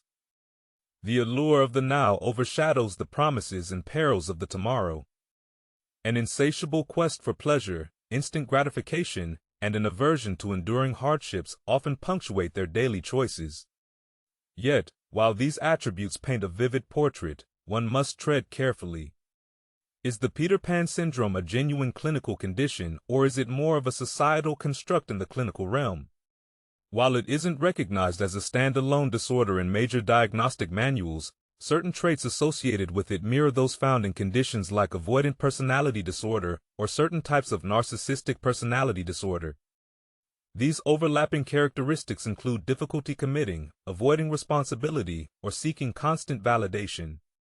Yet it's crucial to distinguish between genuine clinical conditions and behavior patterns influenced by societal and cultural factors. Labeling the latter as pathological can risk oversimplifying and stigmatizing complex behavioral phenomena. Delving into the causal pathways, multiple threads emerge, weaving a tapestry both intricate and intriguing. One significant strand is the rise of overprotective parenting. The helicopter parent, always hovering, shielding their progeny from life's bumps and scrapes, can inadvertently foster a sense of invulnerability in their children. When challenges arise, these individuals cocooned for years find themselves ill-equipped to tackle them, leading to avoidance and escapism. Societal changes, as elucidated in our discussion on modern shifts, further compound this. The era of abundant choice, while empowering, can also lead to decision paralysis. When every door is open, stepping through, one becomes daunting, the fear of missing out. A distinctly modern malaise can trap individuals in a perpetual state of indecision. Further fueling their Peter Pan tendencies, inherent personality traits too play their part. Just as some are natural-born leaders or innately curious, others might lean towards comfort, risk, aversion, or a heightened need for immediate gratification.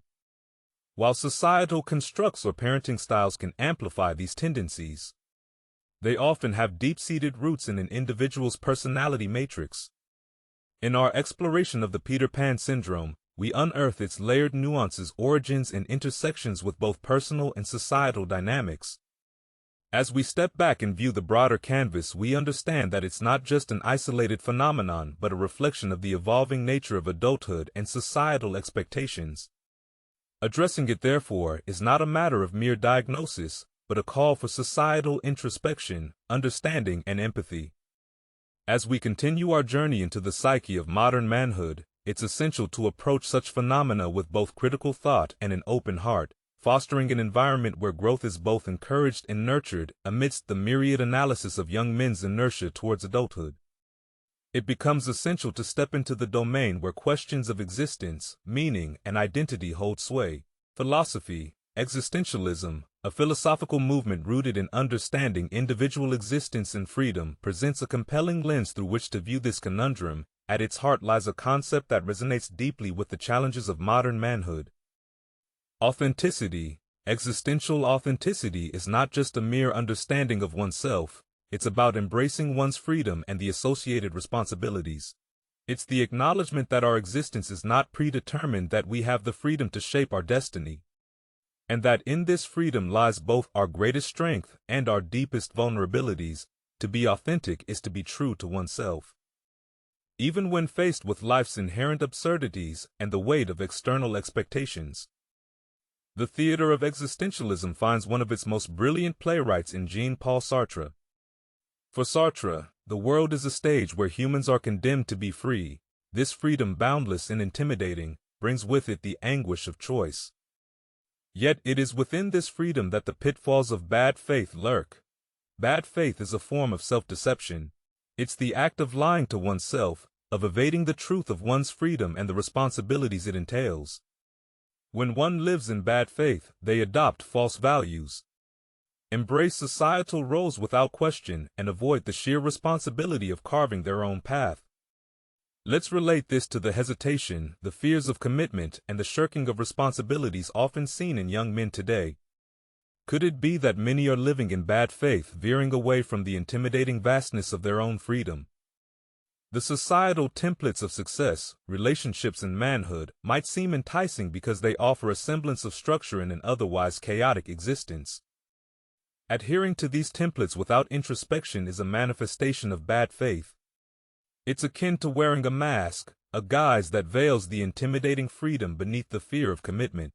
The allure of the transient and the evasion of responsibility can all be seen as attempts to escape the weight of this freedom after all.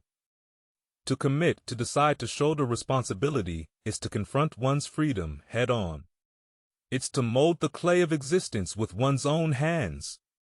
Even at the risk of shaping it imperfectly, existentialism, with its emphasis on individual freedom and authenticity, beckons one to cast away the chains of bad faith and embrace the liberating, albeit daunting, truth of one's existence. It's a clarion call to young men, urging them to shed societal masks, to confront their fears, and to sculpt their destiny with the chisel of authenticity. In this philosophical exploration, existentialism bridges the gap between ancient wisdom and modern dilemmas through Sartre's lens. The challenges faced by young men are not just personal or societal, but deeply existential. The journey to adulthood, then, is not just about societal milestones. It's about embracing one's freedom, facing life's inherent absurdities, and seeking a path illuminated by authenticity. Media is undeniably one of the most potent architects of cultural zeitgeist. Films, TV, shows, and broader pop culture narratives seep into the collective consciousness, subtly sculpting perceptions and expectations. Within this vast tapestry of tales lies a dual narrative. On one hand, the archetypical hero's journey, a voyage of challenges, growth, and eventual triumph. On the other, an emerging narrative of perpetual adolescence, where the tribulations of growth are swapped for the allure of eternal youth. Let's delve into this dichotomy, exploring how media's portrayal of manhood can either invigorate aspirations or entrench escapist tendencies. The hero's journey, as outlined by Joseph Campbell, can be discerned in countless cinematic epics and literary classics, whether it's Luke Skywalker, traversing galaxies, or Frodo Baggins, journeying through Middle-earth. These characters exemplify the paradigmatic path from innocence through trials to triumphant self-realization. Their narratives are defined by transformation, an arc that resonates deeply with our inherent yearning for growth and purpose, yet side by side with these illustrious arcs. Contemporary media has birthed a contrasting breed of male protagonists, not the heroes who confront dragons, but the eternal adolescents trapped in a temporal stasis. Shows like The Big Bang Theory, or movies like The 40-Year-Old Virgin present protagonists who, while endearing, are often ensnared in perpetual boyhood. Their challenges are not monstrous dragons but mundane dilemmas. Their victories lie not in transformative growth, but in small, often comedic evolutions. The pendulum, it seems, has swung from active heroes facing external adversities to more passive observers navigating internal quandaries. This rise of the endless adolescent trope is not without allure. There's a comforting charm in watching characters navigate a world devoid of dire stakes, a world where every mistake is redeemable and every day promises the glee of boyhood. Yet therein lies the seduction of escapism. If tales of heroic feats inspire aspirations, stories of prolonged adolescence offer a cushion against the thorns of reality. For many young men, this portrayal can act as a soothing balm, legitimizing the delay in confronting life's complexities. The whimsical adventures of on-screen Peter Pans can subtly lower the bar for real-world ambitions. Furthermore, media's amplification of escapism isn't merely limited to narratives. The very fabric of modern entertainment, with its sprawling video game universes, binge-worthy series, and virtual realities, beckons one to retreat from the tangible world. When virtual victories, be it in conquering game levels or in curating perfect digital personas, offer immediate gratification, the slow, often arduous grind of real-world accomplishments can seem less appealing. However, it's crucial to discern that media isn't a monolithic entity imposing narratives. It's a mirror reflecting society's evolving values, fears, and aspirations.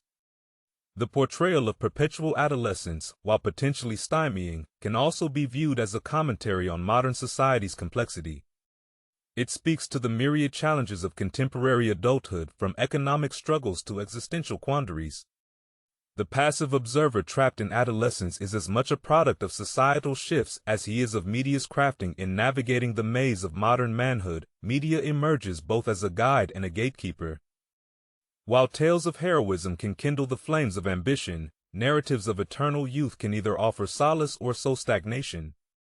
The onus then lies with the discerning viewer to draw inspiration from transformative tales and to view prolonged adolescence not as an ideal but as a poignant commentary on our times.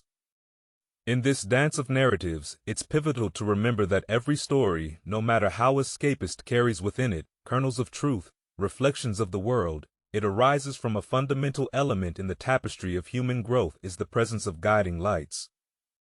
Individuals who, by virtue of their wisdom, experiences, and character, illuminate the path for others, whether it's in the realm of sports, the corridors of academia, or the complex maze of personal development. Role models and mentors play a pivotal role in shaping trajectories, aspirations, and values. This becomes particularly pronounced when navigating the transition from boyhood to manhood, a journey fraught with questions, challenges, and uncertainties. History in its vast annals presents numerous figures who epitomized not just excellence in their domains, but also profound wisdom on the art of living.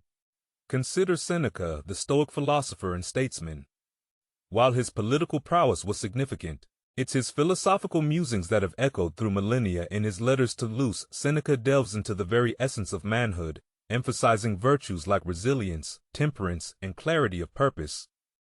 He wrote, "Life is very short and anxious for those who forget the past, neglect the present, and fear the future." Here, Seneca isn't merely presenting a philosophical aphorism. He's delineating a roadmap for young men, urging them to embrace the present with vigor and purpose, unburdened by past regrets or future anxieties. In the same vein, Marcus Aurelius, the Roman emperor, penned his Meditations, a personal journal that crystallizes the essence of Stoic philosophy beyond his imperial duties. Marcus was a mentor in the written word, guiding countless readers through life's tempests. He emphasized virtues like humility, acceptance, and duty, writing waste no more time arguing what a good man should be. B1. In this simple directive, young men find a clarion call to action and urging to embody virtues rather than merely extolling them. The wisdom of such historical figures is not just a testament to their personal brilliance, but a reflection of a society that revered the importance of mentorship in ancient times. Philosophers were not remote ivory tower intellectuals, they were integral parts of communities, guiding young individuals, shaping civic virtues, and molding future leaders. The tradition of mentorship was enshrined in the very fabric of societies, be it through formal apprenticeships or informal guidance. Fast forward to the present and the canvas looks somewhat different. The modern age, with its dazzling technological marvels and rapid social shifts, offers young men a plethora of information, but often lacks the wisdom that comes from personal sustained mentorship. The cacophony of online voices can sometimes drown the nuanced, patient guidance that mentors traditionally provided. The surge of fleeting influences might overshadow the timeless wisdom of genuine role models. Yet amidst this flux, the yearning for authentic guidance remains as potent as ever. There's an emerging realization of the paramount importance of strong mentors in today's fragmented society. Community leaders, educators, coaches, and even virtual mentors through online platforms are becoming pivotal anchors for the younger generation. These mentors provide more than just advice. They offer lived experiences, lessons distilled from failures, and a compassionate understanding of the unique challenges today's youth face. They serve as bridges connecting young men with the timeless virtues of the past, while equipping them to navigate the uncertainties of the present. The role of mentors and role models, whether from the pages of history or from contemporary society, cannot be overstated. They are the lighthouses guiding young men through the foggy waters of adolescence into the vast ocean of adulthood. In their wisdom, patience, and experiences, young men find not just answers but also the right questions, not just direction but also purpose. As society evolves, rekindling the tradition of mentorship, adapting it to modern realities, and prioritizing authentic guidance will be pivotal in shaping the men of tomorrow. Transitioning from the tender phase of boyhood into the challenging terrain of adulthood is not a journey undertaken in isolation. It requires a supportive ecosystem wherein the individual is constantly provided with tools, guidance, and markers that denote progress in observing the phenomena of young men's delayed entry into adulthood. It becomes imperative to discuss actionable solutions that can guide them towards maturity. These solutions are woven into the very fabric of human society, rooted in traditions, but they need to be revitalized and reshaped to cater to the unique demands of contemporary times. Community as the crucible of growth. The proverb, "It takes a village to raise a child," is not just a poetic sentiment but a profound truth. Historically, communities acted as safety nets, ensuring that their young were nurtured, educated, and integrated into the societal fold within the communal structure. Young men had access to a spectrum of role models, from the wise elder dispensing life lessons to the skilled artisan teaching a trade. They were surrounded by a milieu that constantly reinforced societal values, norms, and expectations. Today, the notion of community has evolved with urbanization and technological advancements.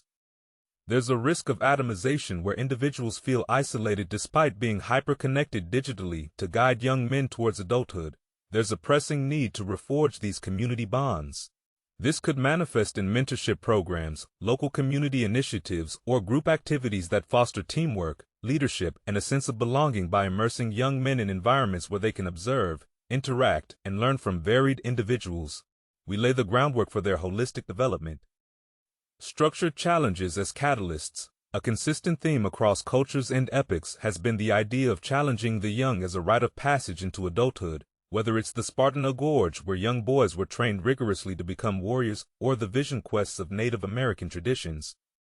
Structured challenges have been instrumental in signaling the transition from boyhood to manhood. In the modern context, the nature of these challenges needs a redefinition. Instead of physical trials, the emphasis can be on intellectual, emotional, and moral challenges, structured programs that push young men out of their comfort zones, be it through wilderness expeditions, volunteer work in unfamiliar territories, or intellectual debates, can act as crucibles for growth facing and overcoming these challenges.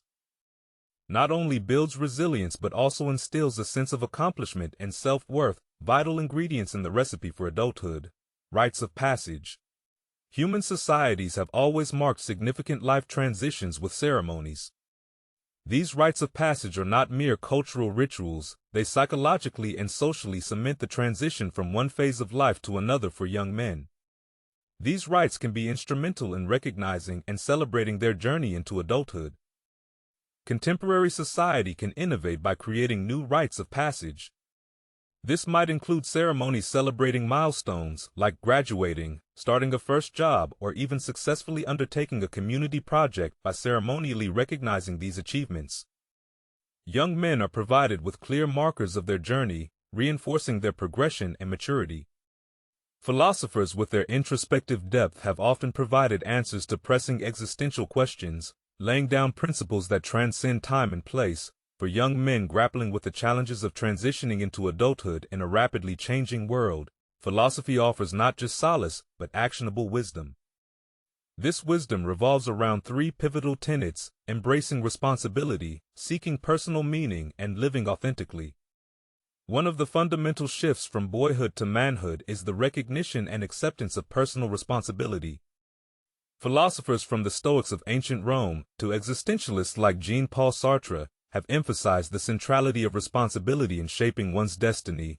Stoicism, with its emphasis on virtue and self-control, teaches young men to differentiate between things within their control and those outside it. As Epictetus proclaimed, men are disturbed, not by things but by the views which they take of them. By focusing on their sphere of influence and taking ownership of their actions and reactions, young men can cultivate a sense of agency, grounding their adulthood in self-reliance and purpose. Sartre, with his existentialist lens, went a step further, suggesting that humans are condemned to be free. This freedom carries the weight of absolute responsibility for young men. This implies recognizing that their choices shape their essence, that they are architects of their fate.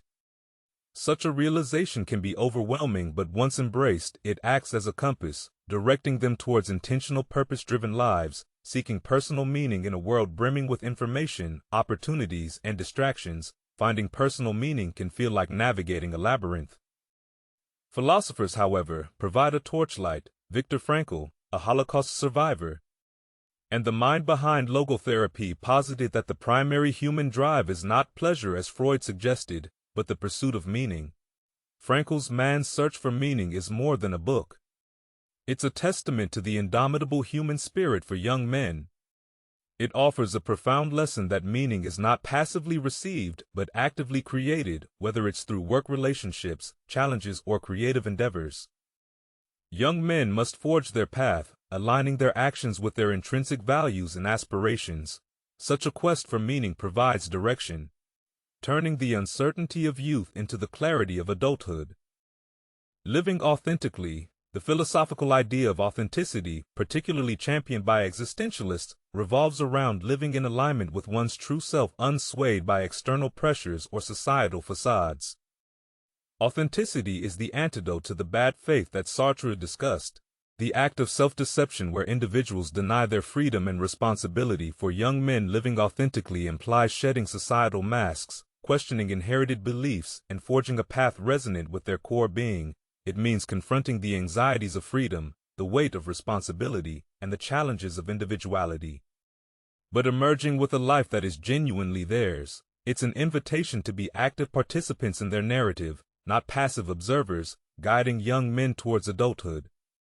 While complex can find a structured pathway in philosophy, by embracing responsibility, young men lay the foundations of a purposeful life by seeking personal meaning. They align this life with their aspirations, and by living authentically, they ensure that this life in all its challenges and triumphs remains true to their essence. As they embark on this philosophical journey, young men discover not just the intricacies of adulthood, but the profound joy of a life well lived. Our exploration has spanned vast terrains both in terms of history and intellect. From the practicalities of changing socio-economic landscapes to the depths of existential philosophy, we've delved into the complexities of young men's delayed entry into adulthood, weaving together threads from various disciplines to understand this phenomenon, and more importantly to find ways to address it. The timeless voyage from boyhood to manhood is as old as humanity itself. Every era has its unique struggles, but the essence of the journey remains unchanged. It's a pilgrimage of self-discovery, responsibility, and personal growth. The ancient Greeks, with their rigorous physical and intellectual training, recognized the importance of rites of passage. Philosophers from Sartre to Frankl implored us to seek meaning and authenticity. Our modern age, with its myriad distractions, has only amplified the need for guidance, reflection, and mentorship. Yet, it's not just the youth who can glean insights from our discussion. Regardless of age, each of us is perpetually on the cusp of another adulthood. Life's phases don't end. They evolve as we grow older, face challenges, embrace new responsibilities, and navigate changes. There's always another layer of maturity to attain, another depth of understanding to explore. Every viewer, every individual has their unique story marked by successes, failures, joy, and challenges. And it's in the retrospection of this personal narrative that real growth emerges. While the challenges faced by today's young men might seem daunting, history and human resilience provide ample evidence of our capacity to adapt, learn, and thrive, with the wisdom of yesteryear as our anchor and the insights of the present as our compass. We are equipped to guide the next generation and ourselves through the intricate dance of growing up, every generation with its distinct challenges. Also births, innovators, thinkers, leaders, and heroes, who, armed with the legacy of the past and the vigor of the present, chart out new horizons in the symphony of life. Growing up is but one movement, beautiful in its melodies and poignant in its crescendos. It's a movement that demands attention, introspection, and action. As we draw this exploration to a close, let it be a beginning for all our viewers, a beginning of reflection, understanding, and a renewed journey towards maturity. After all, the tapestry of adulthood is woven not just with the threads of age, but with those of wisdom, experience, and genuine growth. Let's remember that every sunset is a horizon to a new dawn. Every challenge, an invitation to growth, and every generation, though seemingly astray, eventually finds its way, moving forward with grace, wisdom, and enduring maturity. Imagine a world where every accomplishment, every accolade, and every milestone didn't dictate success. Where the chase for the next big thing didn't overshadow the journey. What if the true essence of success was far removed from what society has conditioned us to believe? Dive in as we unravel a perspective that might just change the way you see success and consequently your entire life in the expansive realm of philosophy and psychology. We venture through topics that challenge our perceptions, question our beliefs, and prod at the very essence of our existence, from the intricacies of human behavior to the existential debates of purpose. This channel has always been a haven for those in pursuit of deeper understanding.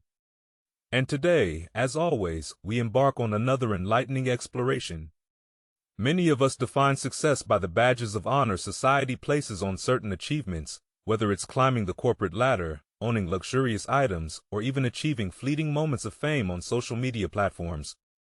But what if success isn't about the destination, the attainment of these badges, but more about the journey? What if it's about how you navigate the path, the intentions you set, and the ideals you chase? This leads us to the heart of today's discussion.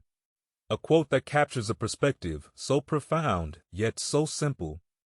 The great Earl Nightingale, a man known for his deep dives into human character and motivation, once said, "Success is the progressive realization of a worthy ideal."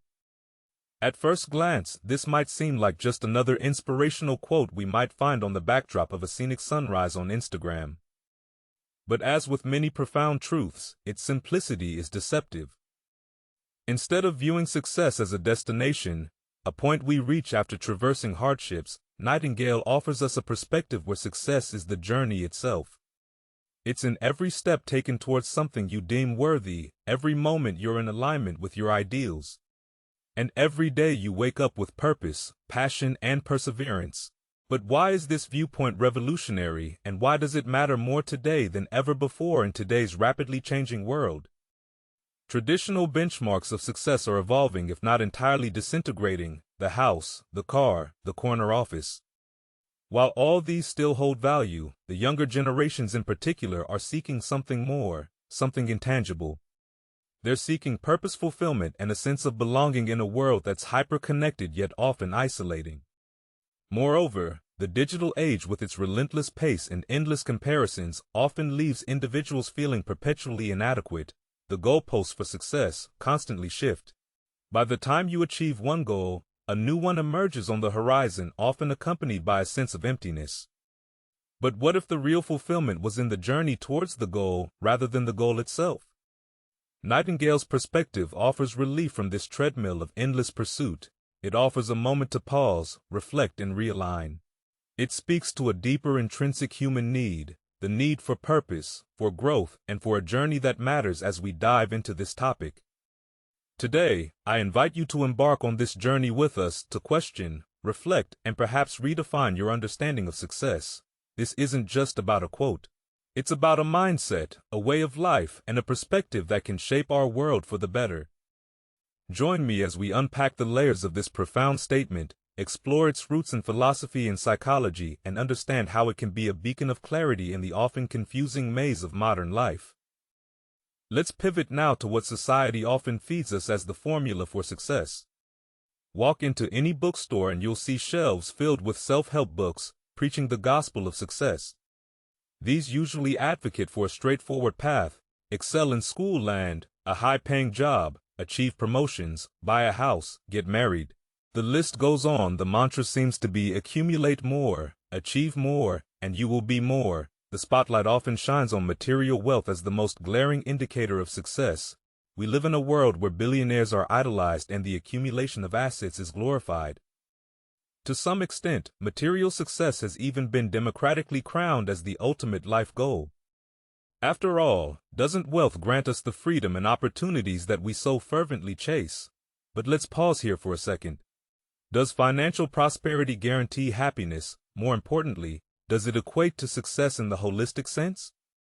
Nightingale would argue that it does not, especially if the acquisition of wealth is misaligned with what you truly consider to be a worthy ideal. Next in line is the notion of social status: the memberships to elite clubs, the high-profile connections, the social media following, and the admiration, if not envy, of your peers. These are often seen as markers of a life well lived. Social status and the esteem of others have been deeply ingrained in human psychology for millennia. Our ancestors needed social cohesion for survival. But today, this primitive need has been extrapolated to heights that can often be disorienting. The relentless pursuit of status can morph into a Sisyphean task where the boulder of social expectation keeps rolling back. No matter how hard we push, another glittering emblem on the sash of conventional success is career achievement: titles, promotions, and accolades. These are the milestones that punctuate the traditional road to success. We've all heard the rags to riches, tales of individuals climbing the corporate ladder with determination and grit. While these stories can serve as inspiration, they also propagate a limited perspective. The career-focused vision of success often neglects other realms of life, such as personal well-being, family, and broader societal contributions. So why are these definitions problematic? For starters, they're not universally applicable. What might be a milestone of success for one person could be entirely inconsequential for another. This one-size-fits-all approach doesn't just lack nuance, it can be actively harmful.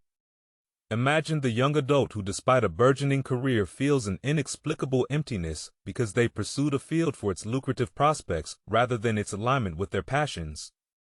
Think of the entrepreneur who amasses wealth but loses invaluable connections with family and friends. Picture the social media influencer who, despite thousands of likes and followers, grapples with loneliness and anxiety behind the screen. The repercussions extend into the realm of mental health. A 2019 study published in the Journal of Abnormal Psychology reported increasing rates of depression and psychological distress among young adults in the United States. While several factors contribute to this rising tide, one element that cannot be ignored is the stress and anxiety stemming from societal expectations around success. When we're continuously chasing a mirage crafted by collective norms, the resulting dissonance between reality and expectation can cultivate a breeding ground for mental health issues like anxiety and depression. In some cases, the pursuit of these conventional markers of success can lead to burnout, a state of emotional, physical, and mental exhaustion caused by prolonged stress. It's no surprise that burnout is being increasingly recognized by health organizations as a legitimate medical condition. Most people don't know what success is all about, and since they don't know what it's about, they really don't know where to look for it. Success is really nothing more than the progressive realization of a worthy ideal. This means that any person who knows what he's doing and where he's going is a success. Any person with a goal toward which he's working is a successful person. This means that the boy in high school who's working toward a diploma, the boy in college to a degree, is just as successful as any human being on earth because he knows what he's doing, why he's getting up in the morning, and what he is going. But conversely, if a person doesn't know what he's working toward, what it is he wants, doesn't have a goal toward which he's working, then he must, at least by this definition, be called unsuccessful. Why isn't then, with this simple definition, why isn't everyone successful?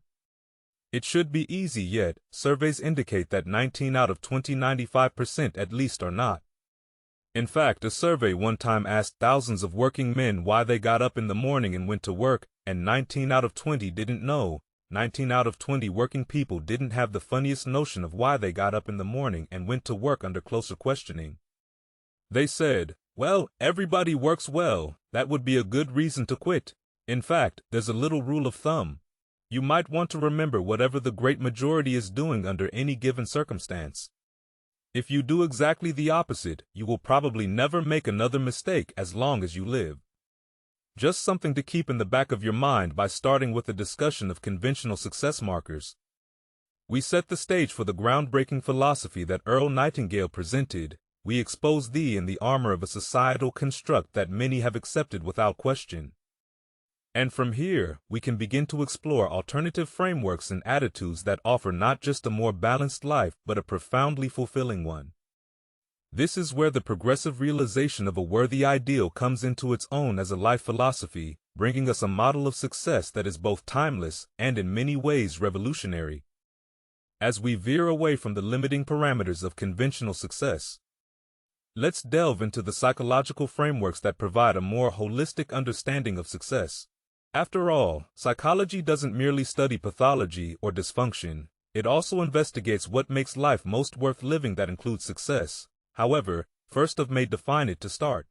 Let's consider Abraham Maslow's hierarchy of needs picture, a pyramid divided into layers with the most basic human needs like food and shelter at the bottom and self-actualization. A state of achieving one's full potential and realizing one's capabilities at the top. Maslow's theory tells us that we can't focus on higher-level goals until our basic needs are met. Once they are, we can aim for self-esteem, needs like achievement and respect, and finally strive for self-actualization. Doesn't Maslow's apex sound a lot like what Nightingale referred to as a worthy ideal? Both propose that true success involves fulfilling our highest potential. Importantly, Maslow introduces the idea that what constitutes a worthy ideal might be different at various stages of our lives depending on which level of the hierarchy we are working to fulfill. This idea liberates us from a static one-size-fits-all definition of success. Let's build on this with a discussion about motivation, an area in psychology that has significantly evolved over the past decades.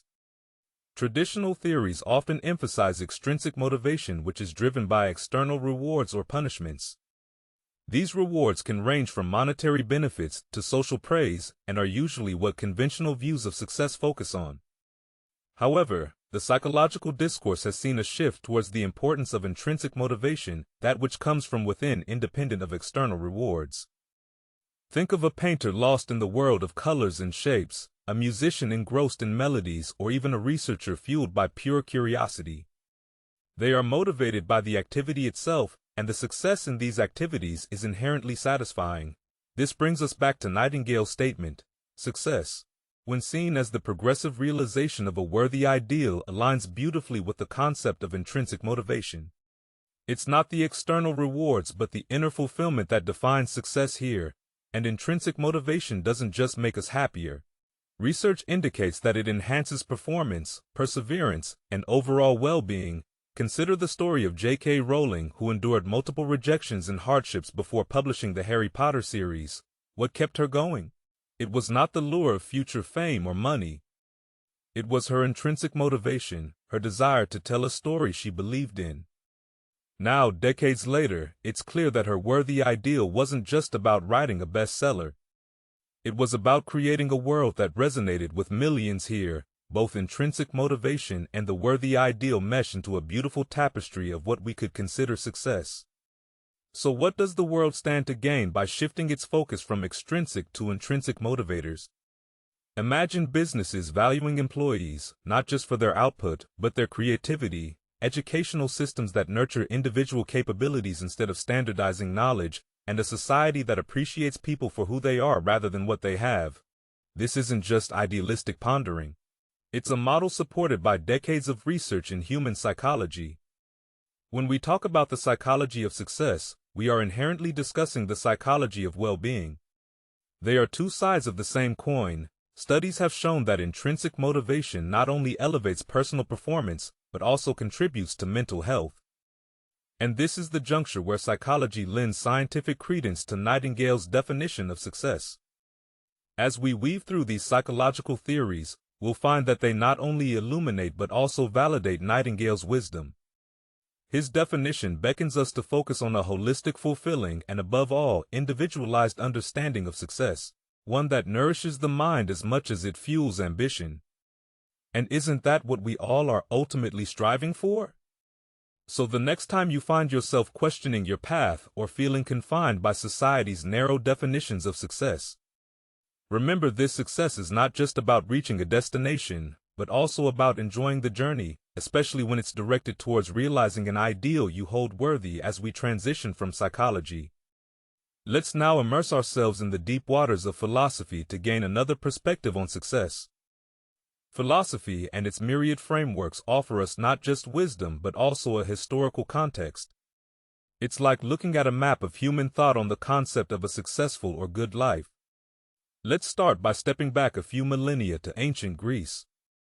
Philosophers like Socrates, Plato, and Aristotle grappled with the concept of the good life, or eudaimonia, often interpreted as happiness or flourishing for Aristotle. Eudaimonia was intrinsically tied to virtue and reasoned contemplation. A life dedicated to the pursuit of knowledge, the practice of virtue, and the development of character constituted a life well lived here. We see remarkable parallels with Nightingale's worthy ideal. For Aristotle, the worthy ideal was a virtuous character and the rational activity that emanated from it. The pursuit itself, the active engagement with virtue and wisdom, constituted the good life. There was no endpoint, only a continuous striving, a progressive realization, if you will, which is strikingly similar to what Nightingale proposed. We also see this in Stoicism, a philosophy that originated in Greece but gained widespread influence in Rome through philosophers like Seneca, Epictetus, and Marcus Aurelius. For the Stoics, success was about cultivating inner tranquility through the mastery of one's desires and emotional responses. Stoicism urges us to focus on what we can control, our actions and attitudes, rather than external events. This autonomy of inner life aligns with Nightingale's idea of personal responsibility in achieving a worthy ideal. As we fast forward to more modern times, existentialism offers another riveting lens through which to examine success. Existentialist philosophers like Jean-Paul Sartre and Albert Camus argue that life has no inherent meaning. Instead, individuals must create their own essence through their actions and choices. In other words, you're responsible for the goals you set and the worthy ideals you pursue. This philosophy compels us to confront our freedoms and the inherent responsibilities that come with them. We are free to define our worthy ideal and thereby our own version of success. But this freedom also mandates that we bear the burden of these choices. We can't outsource our life's meaning to society's shifting values or ephemeral trends. This ties back elegantly to Nightingale's assertion that the pursuit of a personally defined worthy ideal constitutes success. Let's not forget that philosophy isn't solely the purview of the Western world.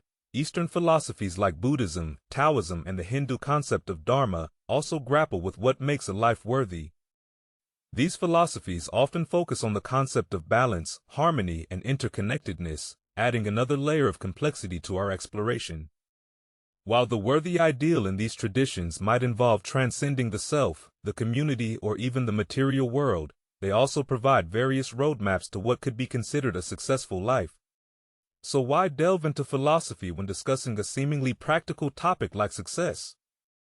Because it allows us to step back and ask more fundamental questions. What kind of life is worth living? What should one strive for? What constitutes a good or successful life in the first place? These questions remind us that the idea of success is deeply rooted in philosophical thought, and through the ages, thinkers have presented diverse yet complementary paths to arrive at a fulfilling life. It's crucial to acknowledge that these philosophies aren't mutually exclusive. They can coexist and even complement each other in enriching our understanding of success. So whether it's the virtuous life of Aristotle, the Stoic focus on inner peace, or the existential freedom of creating our own meaning, each offers a piece of the puzzle, and like Nightingale, they all seem to whisper in unison. Success is not a destination, but a journey, a progressive realization of a worthy ideal.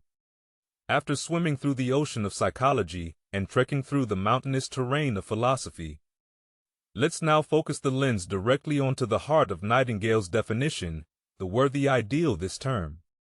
Although seemingly self-explanatory is like an onion, revealing more layers the more we peel it back, we know that he works 40 hours a week as a rule, 40 hours a week, which leaves him 72 hours a week when he's neither working nor sleeping. 72 free discretionary hours each week to do it as he pleases. At this point, of course, he's married. He has his little house and his little car, and this is about what he does with his free 72 hours every week. He'll do what the other fellows are doing with their free 72 hours every week, which is virtually nothing at all. On a typical day, he'll quit right on the dot, get in his little car, go to his little house, go to his little kitchen, kiss his little wife and say, "I'm tired." They've even figured out why he says that. The experts believe that he used to hear his father say that back when men used to get tired working during the day, and he picked it up, and he repeats this every night when he gets home. He bolts his little meal and then heads for the living room, where he turns on his escape box click. But he sits there for 5 hours until finally his wife, who is a little more practical than he is, taps him on the shoulder and she said, "Charlie, I think it's about time you went to bed. You've got to get up in the morning and go to work."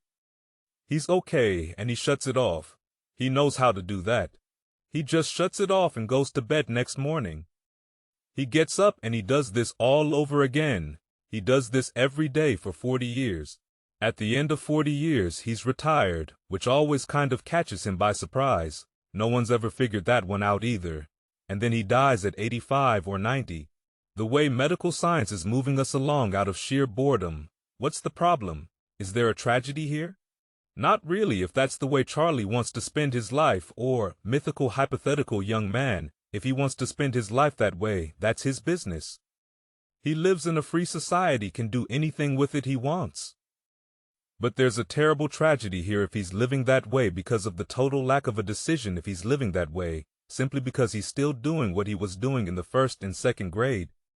And that's going along with the fellow up and down the block on the unspoken assumption that they know how to live.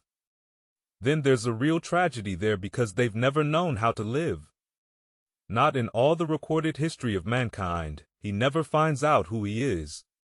He never reaches into the deep depths of his abilities, his talents. He never learns that he can have just about anything he wants in the world, that he can call his own shots, tell his own fortune, and it's kind of a pity.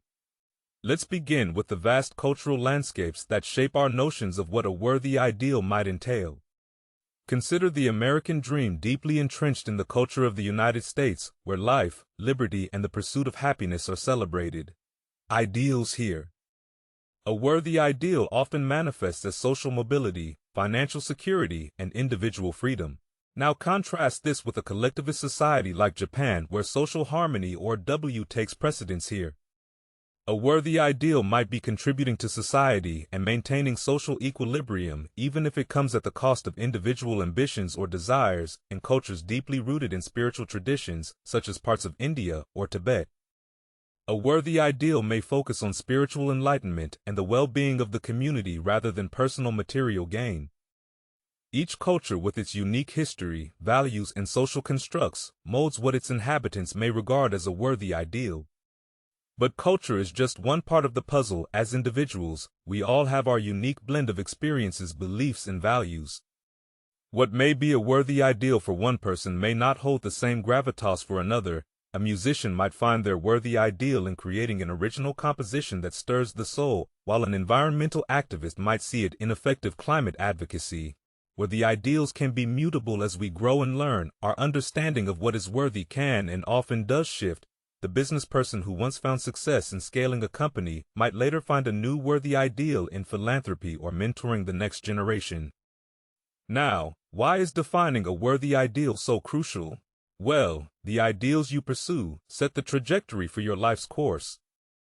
Think of them as the North Star guiding your actions, decisions, and pursuits. When your personal ideals are in alignment with your long-term life objectives, there's a sense of coherence and purpose in what you do. This alignment is not just ethereal or abstract, it has practical implications. Studies have shown that alignment between personal values and life goals contributes to greater well-being and can even have a protective factor against stress and life's inevitable setbacks. Furthermore, this alignment ensures that your energies are channeled effectively.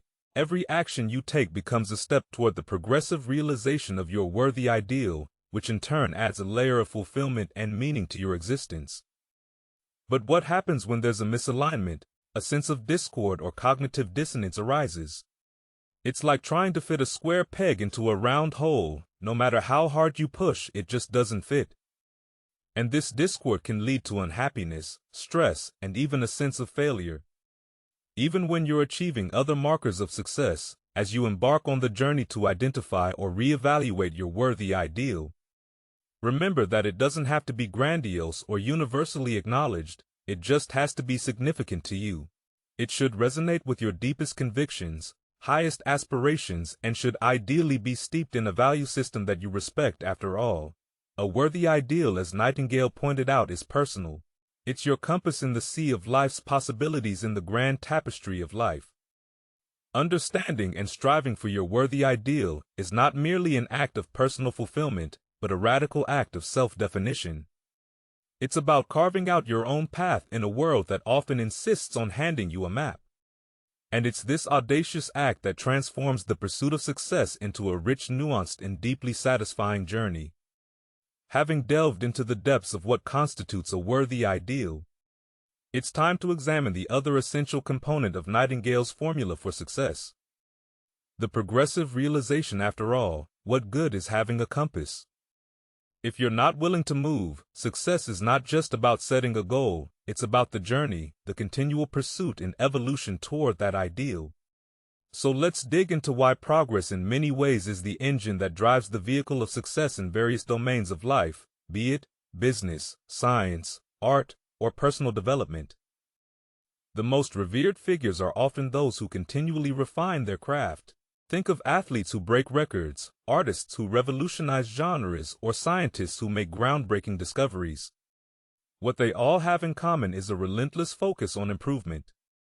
A ceaseless striving that embodies the very essence of the progressive realization. Nightingale spoke of continuous improvement isn't just about big monumental leaps. It's also about small incremental changes that accumulate over time. This is often captured by the Japanese concept of kaizen, which emphasizes the value of small consistent improvements over time. These little advancements add up, creating a snowball effect that leads to substantial growth and eventually mastery. In psychological terms, progress satisfies our inherent need for competence. One of the three basic psychological needs identified by self-determination theory. When we see ourselves making headway toward our goals, it fuels our intrinsic motivation, leading us to engage more deeply in the activity at hand. This forms a virtuous cycle where progress fuels motivation, which in turn fuels further progress. Moreover, progress serves as a litmus test, a way to measure the validity and feasibility of our worthy ideal. Sometimes, despite our best intentions, we choose ideals that are misaligned with our capabilities or circumstances. Progress, or the lack thereof, serves as feedback, offering us a chance to pivot or refine our goals, ensuring that our ideals remain not just worthy but also realistic and attainable. At this juncture, it would be almost criminal not to introduce the groundbreaking work of psychologist Carol Dweck, particularly her concept of the growth mindset.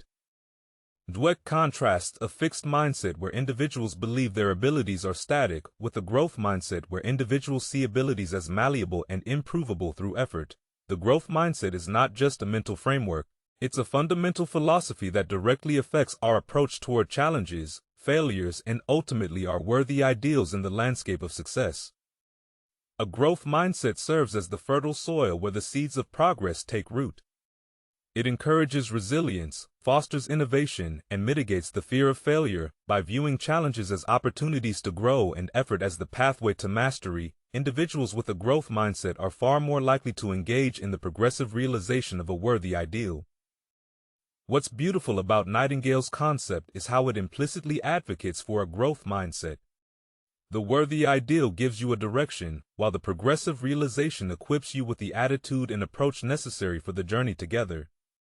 They create a balanced equation where the ideal serves as the why and the progressive realization serves as the how. To truly engage in the progressive realization of a worthy ideal, you have to cultivate a love for the process, not just the outcome. Progress becomes not just a means to an end, but a rewarding end in itself.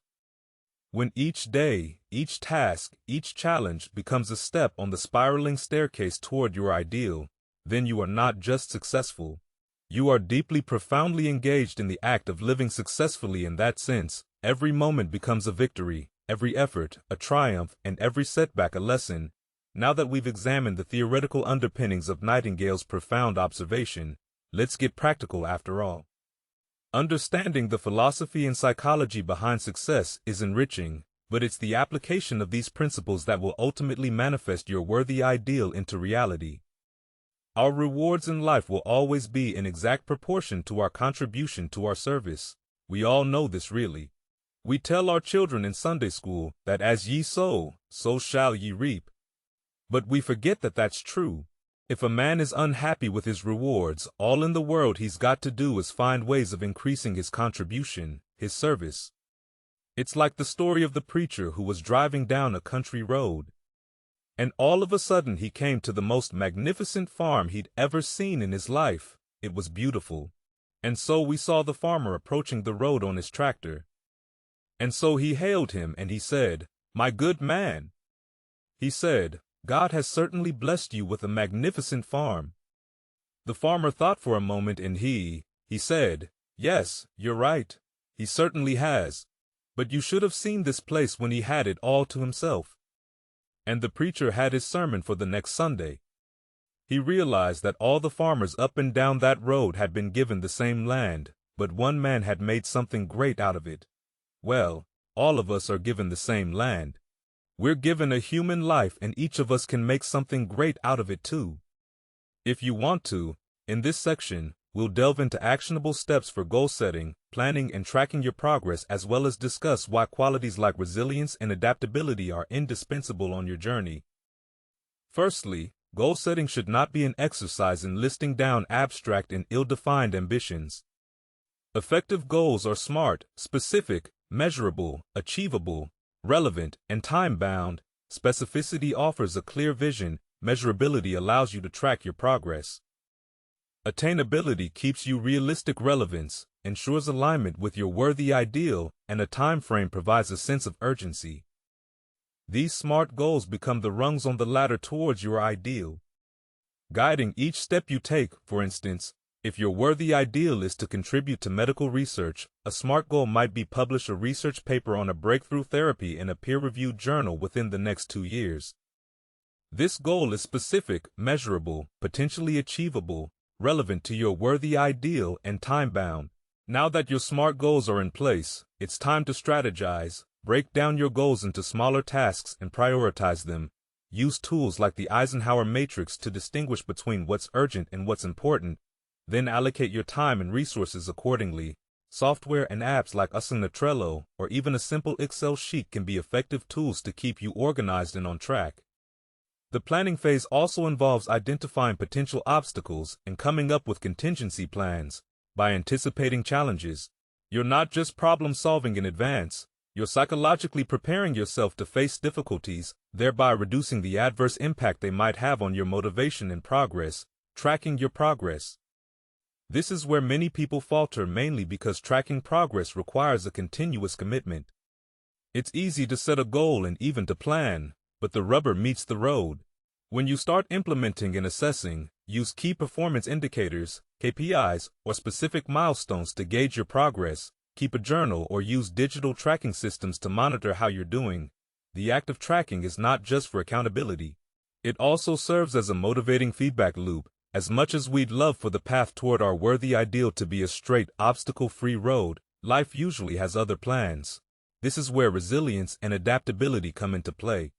Resilience is about bouncing back from setbacks and failures without losing your sense of purpose or self-worth. Adaptability is about adjusting your strategies and expectations in response to unforeseen challenges without losing sight of your ultimate ideal. Incorporate reflective practices like journaling or mindfulness to build resilience. These help in enhancing self-awareness, thereby empowering you to deal with setbacks in a more balanced way. Adaptability can be fostered by developing a diverse skill set and cultivating a network of mentors and peers who can offer different perspectives. When you encounter roadblocks, your journey towards a worthy ideal will never be a static endeavor. It's a dynamic, evolving process that demands continuous input and adaptability. By setting smart goals, planning, strategically tracking your progress, and fostering resilience and adaptability, you are equipping yourself with a robust toolkit to make your worthy ideal a reality. Remember, as you navigate the intricate path towards your ideal, each day offers a new opportunity to enact many successes, to take one more step in the progressive realization of what you find worthy in doing. So not only do you get closer to your ultimate goal, but you also enrich the journey itself, turning it into a rewarding experience that defines success in the most holistic sense. At the beginning, I said, what makes a child grow up into the human being he becomes? This is the reason for that. Of course, he's the confluence of a genetic pool that goes back for thousands and thousands of years. His environment has an influence on him, of course. But what makes him become the person he becomes is that he becomes what he thinks about most of the time. It's as simple as that. We become what we think about most of the time, and that's the strangest secret. This is why thinking is so vital. This is why our goal is so important, because we will become that. This is why people who set goals achieve them. The trouble with men is not in achieving their goals, they do that. It's in establishing them. I think it's good to remember that if we just go along with the crowd, we won't wind up with much more than the wish that we could do it all over again. And as far as we know, you can't. If we want to amount to anything as individuals, we need individual goals, individual thinking, individual actions, and we must never conform to the big group. We must love them, we must help them. We must serve them, because our whole success will depend on our ability to do these things, but never lose our own individuality and our identity by permitting ourselves to become submerged in what has historically proved itself to be a little more than a suffocating sea of indirection and purposelessness. If we want to emulate someone, fine, but let's be choosy in whose steps we follow. It's the only life we've got, and remember to think imagination is everything, and we can become what we can imagine. As we wrap up this deep dive into the philosophy and psychology of success, let's revisit the profound yet simple Earl Nightingale quote that has served as our compass.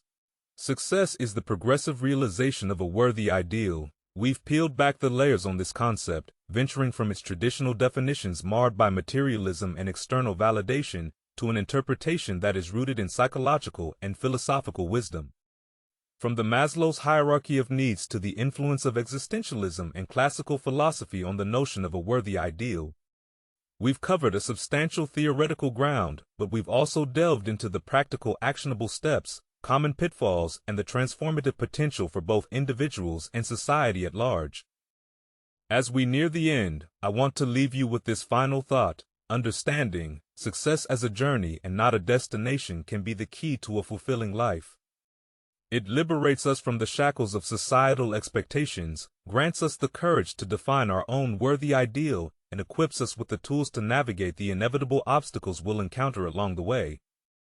This perspective allows us to engage deeply with our life's work, to build meaningful relationships, and to contribute to a world in dire need of every individual's unique offerings in this moment of unparalleled complexity.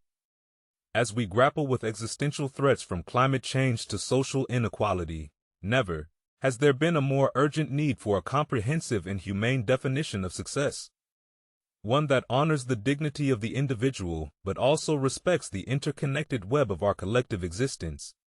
So as you move forward, ponder on your worthy ideal, because success isn't a distant summit to be conquered, but the very ground you tread upon each day in pursuit of what truly matters. Remember, the more we as individuals commit to our worthy ideals, the more we inch society toward a future that is not just successful in a traditional sense, but also wise, equitable, and compassionate. So let's take this concept beyond mere theoretical discussion. Let's live it, embody it, and propagate it. This isn't just a philosophy, it's a call to action, a blueprint for a life rich in meaning and a world abundant in purpose. Have you ever observed the elegance with which a river flows, winding its way around obstacles, never rushing yet, always reaching its destination? Have you watched the tree grow stretching towards the sky, never straining but always expanding? There's a rhythm, a natural pulse to life, a kind of harmonious dance that doesn't rely on force or strain yet achieves the seemingly impossible. What if I told you that the same principle could be applied to your own life? What if the very act of not trying could get you closer to your goals than years of hard grind and force? Welcome to a journey into the profound philosophy of the East, where the idea of non-action or wu-wei reigns supreme.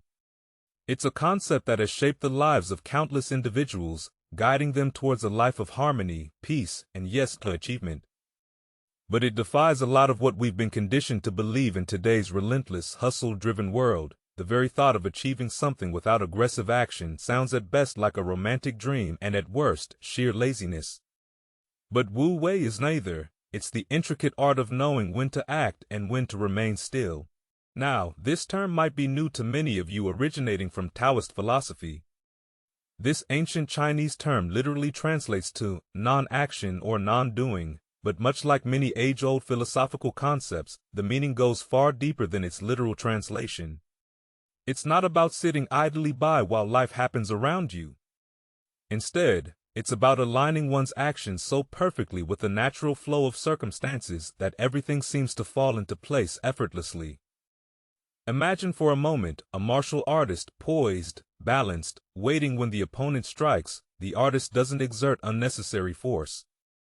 Instead, they channel the momentum, use the energy given to them, and move in harmony with the situation. That in essence is wu-wei. It's the ability to recognize when to exert effort and when to let things unfold, trusting that the universe or the Tao is always in a natural state of balance. And here lies the paradox: in a world that champions the idea of more effort equals more results, the Taoist principle of wu-wei suggests the opposite. Sometimes it's in the space of non-action, in the pause, the breath, the waiting, that true power is realized. It's a counterintuitive thought, isn't it, that by trying less we might achieve more. By letting go of our need to control every outcome, we might find that outcomes align more harmoniously with our desires. Consider for a moment. The last time you tried to force a result, maybe you were trying to convince someone of your viewpoint, or perhaps you were pushing hard for a work project to come to fruition in a specific way. How did that feel? Tense, exhausting, frustrating. Now, recall a time where you set an intention, did your part, and then let things unfold. The difference in these two approaches is not just in the outcomes but in the journey itself. It's worth noting that this isn't about advocating passivity, quite the opposite. Wu-wei is deeply active. It requires acute awareness, keen observation, and a deep connection with one's environment and self. The key difference is where the action comes from, a place of force or a place of alignment. In this exploration we're about to embark on, I invite you to open your mind and heart to the wisdom of the East, to the lessons of the rivers, the trees, and the ancient sages who understood something profound about the universe, that in the art of not trying, we might just discover the secret to achieving everything we've ever wanted, and to do so with grace, ease, and joy. to truly grasp the depth of Wu Wei. We must first journey back in time, traversing the landscapes of ancient China, where atop misty mountains and within serene temples, the seeds of Taoism were sown. The concept of Wu Wei is not just a passing thought or a modern trend. It's a profound wisdom deeply embedded in the halls of Eastern philosophy. Taoism, or Taoism as it's sometimes referred to, is an ancient philosophical and spiritual tradition that has shaped Chinese culture for over 2 millennia. At its heart lies the Tao, or Tao, often translated as the Way. However, much like Wu Wei, Tao is a term so vast and profound that it's somewhat elusive to direct translation. The Tao is described as the ultimate, the source, the underlying nature of all existence. It's both the beginning and the end, the path and the traveler. And it is in this cosmic dance of the Tao that the principle of Wu Wei finds its rhythm. The most revered text in Taoism, the Tao Te Ching, penned by the mysterious figure Lao Tzu, offers pearls of wisdom about this principle. Here's a taste from chapter 37 of the Tao Te Ching. The Tao never does anything, yet through it, all things are done. If powerful men and women could remain centered in the Tao, all things would be in harmony. The paradoxical essence of this concept is palpable in these lines. The Tao in its non-action gives rise to all action. It's not the clanging, noisy efforts but the silent, profound stillness that brings forth the universe's dance.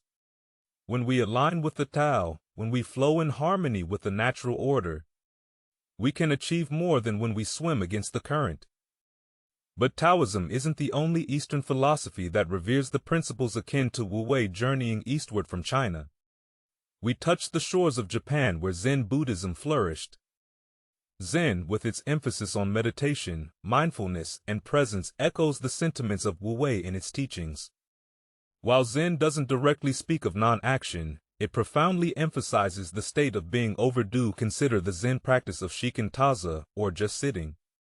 It's a form of meditation where one isn't trying to do anything, think anything, or achieve anything. Instead, it's about simply being, observing, and existing. It's a radical act of pure presence, where the meditator is not seeking enlightenment, but is instead just being in the moment. This just being, while seemingly passive, is an intense form of active engagement with the present, much like Wu Wei. It's about alignment, harmony, and merging with the flow. Moreover, while Zen and Taoism might be the most prominent, many other Eastern traditions echo similar sentiments. The ancient Indian philosophy of Nishkarma, karma from the Bhagavad Gita, for instance, speaks of action without attachment to results, a theme closely resonant with all Wu's principles. It's fascinating to observe that despite the geographical, linguistic, and cultural divides, there seems to be a universal thread weaving through these philosophies. They all point towards a profound truth. Sometimes it's not our forceful interventions, but our gentle surrender, our alignment with a greater cosmic dance that brings about the most profound outcomes. Whether it's the silent Tao guiding all existence, the Zen master just sitting in profound presence, or the guitar's called to act without attachment, the message is clear. There is an art, a subtle beauty in not trying, in just being, and in flowing with the currents of life. As we delve deeper into the philosophical waters of the East, the term Wu Wei rises as a lighthouse, guiding us towards understanding a distinctive approach to life.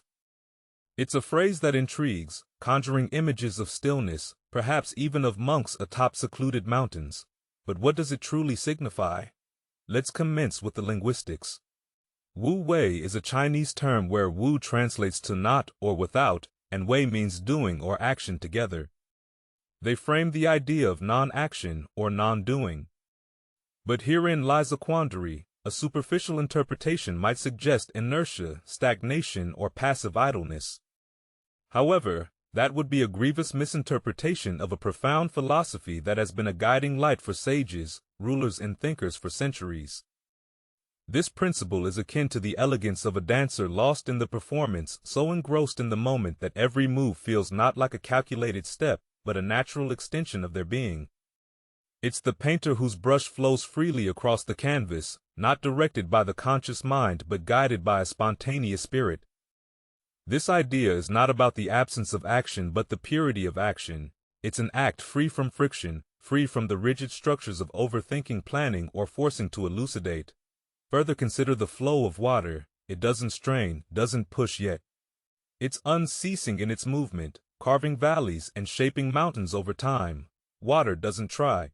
In the way we often understand the term, it simply follows its intrinsic nature, moves in alignment with the environment. This is the essence of Wu Wei, acting in accordance with one's nature and the nature of the universe without unnecessary force. A frequent misconception surrounding Wu Wei is equating it with laziness or a lack of ambition. This couldn't be further from the truth. Embracing this concept doesn't mean abandoning aspirations or responsibilities. Instead, it signifies a reframing of how we approach them. For instance, a martial artist practicing Wu Wei is not passive when confronted. They don't use brute strength to overpower an opponent. Instead, they employ a deep understanding of energy, momentum, and leverage to redirect forces using minimal energy for maximum impact. It's an aligned action, strategic and efficient, rather than a brute force approach. A modern analogy could be drawn from the world of aeronautics. Consider the principle of aerodynamic efficiency. In aircraft design, engineers don't merely add more power to make planes fly faster or higher. They craft the design to minimize air resistance, allowing the plane to glide smoothly with lesser fuel consumption. This optimization, where you achieve more by using less, mirrors this profound Taoist philosophy in life. This might translate to listening more than speaking in a heated discussion, allowing the conversation to flow to understanding rather than forcing an agenda in business. It could mean understanding market currents and consumer behavior and positioning one's strategy in alignment rather than pushing against prevailing trends. In essence, Wu Wei champions a harmonious engagement with life where action emerges from a place of deep awareness, alignment, and adaptability. It encourages us to observe, to understand the rhythm, and to act when the time is ripe. It's about sensing the ebb and flow of situations and seamlessly integrating our actions within these natural rhythms in a world constantly urging us to act, to hustle, to push harder. The ancient wisdom of Wu Wei offers a refreshing counterintuitive perspective. It reminds us that sometimes the greatest power lies not in how forcefully we can push, but in how harmoniously we can flow. The natural world has always been a reservoir of wisdom, offering insights into life's deeper truths for the sages of the East, especially Lao Tzu. One element stood out as an unparalleled teacher: water. This simple, unassuming substance covering the majority of our blue planet becomes a potent metaphor in the hands of the Taoist philosopher, providing us with profound insights into the essence of Wu Wei. In the Tao Te Ching, he articulates the philosophy of Wu Wei using the metaphor of water in numerous passages. One of the most notable mentions is, "Nothing in the world is as soft and yielding as water. Yet for dissolving the hard and inflexible, nothing can surpass it." Water's nature is not to resist, not to challenge head-on, and certainly not to rush yet. It's always persistent, always moving, always finding a way. Think of a meandering river. It doesn't take a straight path, nor does it force its way through obstacles. It carves its path, patiently molding the very landscape around it over time. Even when confronted with a rock or a mountain, water doesn't hold, it simply finds a way around, under, or over it.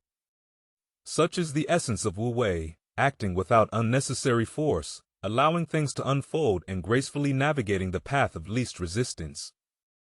Lao's emphasis on water illustrates a crucial aspect of resilience. In contemporary understanding, resilience might be misconstrued as toughness or rigidity, but true resilience, as symbolized by water, is in its adaptability, its flexibility. Water takes the shape of any container it's put in, yet it retains its essence. It can be soft as a morning dewdrop or powerful as a tidal wave, adapting to its context without losing its core nature. Similarly, when we embody these principles in our lives, we develop a resilience that doesn't stem from mere stubbornness or grit, but from a deep understanding and alignment with the flow of life. When faced with adversity, rather than breaking under pressure or resisting change, we learn to adapt, evolve, and find new ways, just as water would. Every obstacle, much like the boulders in a stream, offers an opportunity, a chance to recalibrate, reassess, and find a new path. The rocks don't deter the water, they merely change its course. Similarly, in life, challenges and setbacks are inevitable. This philosophy, as encapsulated by the water metaphor, encourages us not to meet these challenges with brute force or denial, but with understanding and adaptability. Imagine being faced with a professional setback instead of resisting it or dwelling in despair. The principle of Wu Wei would have us assess the situation, understand its dynamics, and then act in a way that aligns with the present reality. All the while maintaining our broader vision. Much like water, the journey might take unexpected turns, but the destination remains in sight. But perhaps the most striking feature of water is its unassuming power. It nourishes, sustains, carves valleys, and erodes mountains. All this not through violent bursts, but through consistent, gentle action. In many ways, water embodies the paradox of Wu Wei: soft, yet powerful; gentle, yet persistent; flexible, yet unyielding in its essence. Lao Tzu. In drawing parallels between water and Wu Wei compels us to reconsider our notions of strength and success in a world that often equates power with aggression and achievement with relentless pursuit. The water metaphor offers a counter-narrative. It speaks of a strength that is not loud but profound, of achievements, not born out of strife, but out of harmonious alignment. In embracing the teachings of Lao Tzu and the wisdom of Wu Wei, we are not just adopting a philosophical stance, but a way of life. One where we respect the flow, understand the power of persistence, recognize the strength and softness, and above all, trust the journey. For in the end, like water, we will find our way, shaping paths and carving destinies. One gentle ripple at a time. As we traverse the landscape of thought, from the whispering pines of ancient China to the bustling laboratories and lecture halls of 20th-century psychology, there emerges a fascinating confluence. The wisdom of Wu Wei, as it meets modern psychological understanding, finds a vibrant echo in a term that's piqued the interest of thinkers, athletes, artists, and professionals alike: the flow state. Mihai Csikszentmihalyi, a pioneering figure in positive psychology, introduced the concept of flow to the wider world. Through his groundbreaking research, he describes flow as a state of complete immersion in an activity wherein an individual is so engrossed that everything else seems to fade away. Time appears to warp, self-consciousness diminishes, and all that matters is the task at hand. In Csikszentmihalyi's own words, flow is a state in which people are so involved in an activity that nothing else seems to matter. The experience itself is so enjoyable that people will do it even at great cost for the sheer sake of doing it. At the heart of both Wu Wei and the flow state lies the concept of effortlessness, not in the sense of lack of exertion, but as a harmonious alignment that removes the sensation of strain. When one is in a flow state, there isn't a feeling of trying hard. Instead, actions and decisions arise spontaneously, guided by intuition and experience. This mirrors the teachings of Wu Wei, where actions are in alignment with the nature of the self and the universe, transcending the realm of forced effort. Present moment awareness is another common thread weaving through both philosophies. In the flow state, individuals are deeply anchored in the now. They aren't distracted by past regrets or future anxieties. Every ounce of their attention is riveted on the present task. Similarly, Wu Wei emphasizes the importance of moving with the natural rhythms of the present moment, unburdened by the weights of past and future. The environment and our alignment with it play a pivotal role in both concepts. In Csikszentmihalyi's flow, an individual's skills are perfectly matched with the challenge at hand. There's a harmonious balance where neither boredom from a task being too easy, nor anxiety from a task being too hard can prevail. This equilibrium resonates deeply with WWE's call for aligned action, where one acts in harmony with the external environment, neither overreaching nor underperforming. A particularly fascinating overlap is the transcendence of the self in the throes of a flow state. The ego, with all its insecurities and self-consciousness, dissolves. One becomes the action they are performing, be it painting, running, writing, or any other activity. This dissolution of the self offers a profound sense of fulfillment and contentment in the embrace of Wu Wei. A similar transcendence is observed by aligning with the Tao, the way of the universe. One moves beyond the narrow confines of the self. There's a melding into a larger tapestry, a harmonious union with the world around, which brings about deep inner peace and satisfaction. In the realms of modern psychology, the flow state has been linked to heightened creativity, increased productivity, and enhanced well-being. From athletes breaking records to artists crafting masterpieces, the fingerprints of flow are evident. Csikszentmihalyi's research provides a scientific framework to what ancient Taoist sages intuited centuries ago. Both perspectives, despite the vast chasm of time and culture between them, advocate for a life of harmony, alignment, and joyful immersion in the echoes between Wu Wei and the flow state. We witness a testament to the universality of certain truths, whether articulated through the poetic metaphors of Lao Tzu or the empirical research of Csikszentmihalyi. The message remains consistent. True fulfillment and excellence arise not from strained effort, but from harmonious alignment with oneself, the task, and the world in the vast mosaic of human civilizations. Each culture has painted its unique strokes, shaped by geography, history, and collective aspirations. As we shift our lens westward from the tranquil banks of ancient Chinese wisdom, we encounter a markedly different ethos here. The drumbeat of doing reverberates with unwavering intensity. But this tireless march, while propelling societies to dizzying heights, also casts long shadows of exhaustion and ennui. Let's dive into this dynamic, understanding its origins, its implications, and its challenges, from the towering skyscrapers that scrape the heavens to the unceasing hum of metropolises that never sleep. The Western world is a testament to human ambition. Historically, this part of the world has lionized the idea of action. The American dream, for instance, encapsulates this sentiment. With hard work, determination, and a bit of luck, anyone can climb the ladder of success. It's an ethos of manifest destiny, of conquering frontiers, both external and internal renaissance. Europe saw a burst of creativity and exploration, celebrating human potential and individualism. The subsequent Industrial Revolution further entrenched the idea of ceaseless productivity, with machines and men working round the clock, transforming societies and economies in the modern era. This celebration of action has found new avatars. The Silicon Valley startup culture with its hustle hard mantra, the self-help industry's emphasis on goal setting and achievement, and even our social media landscapes that reward constant engagement all echo the same message: to be is to do.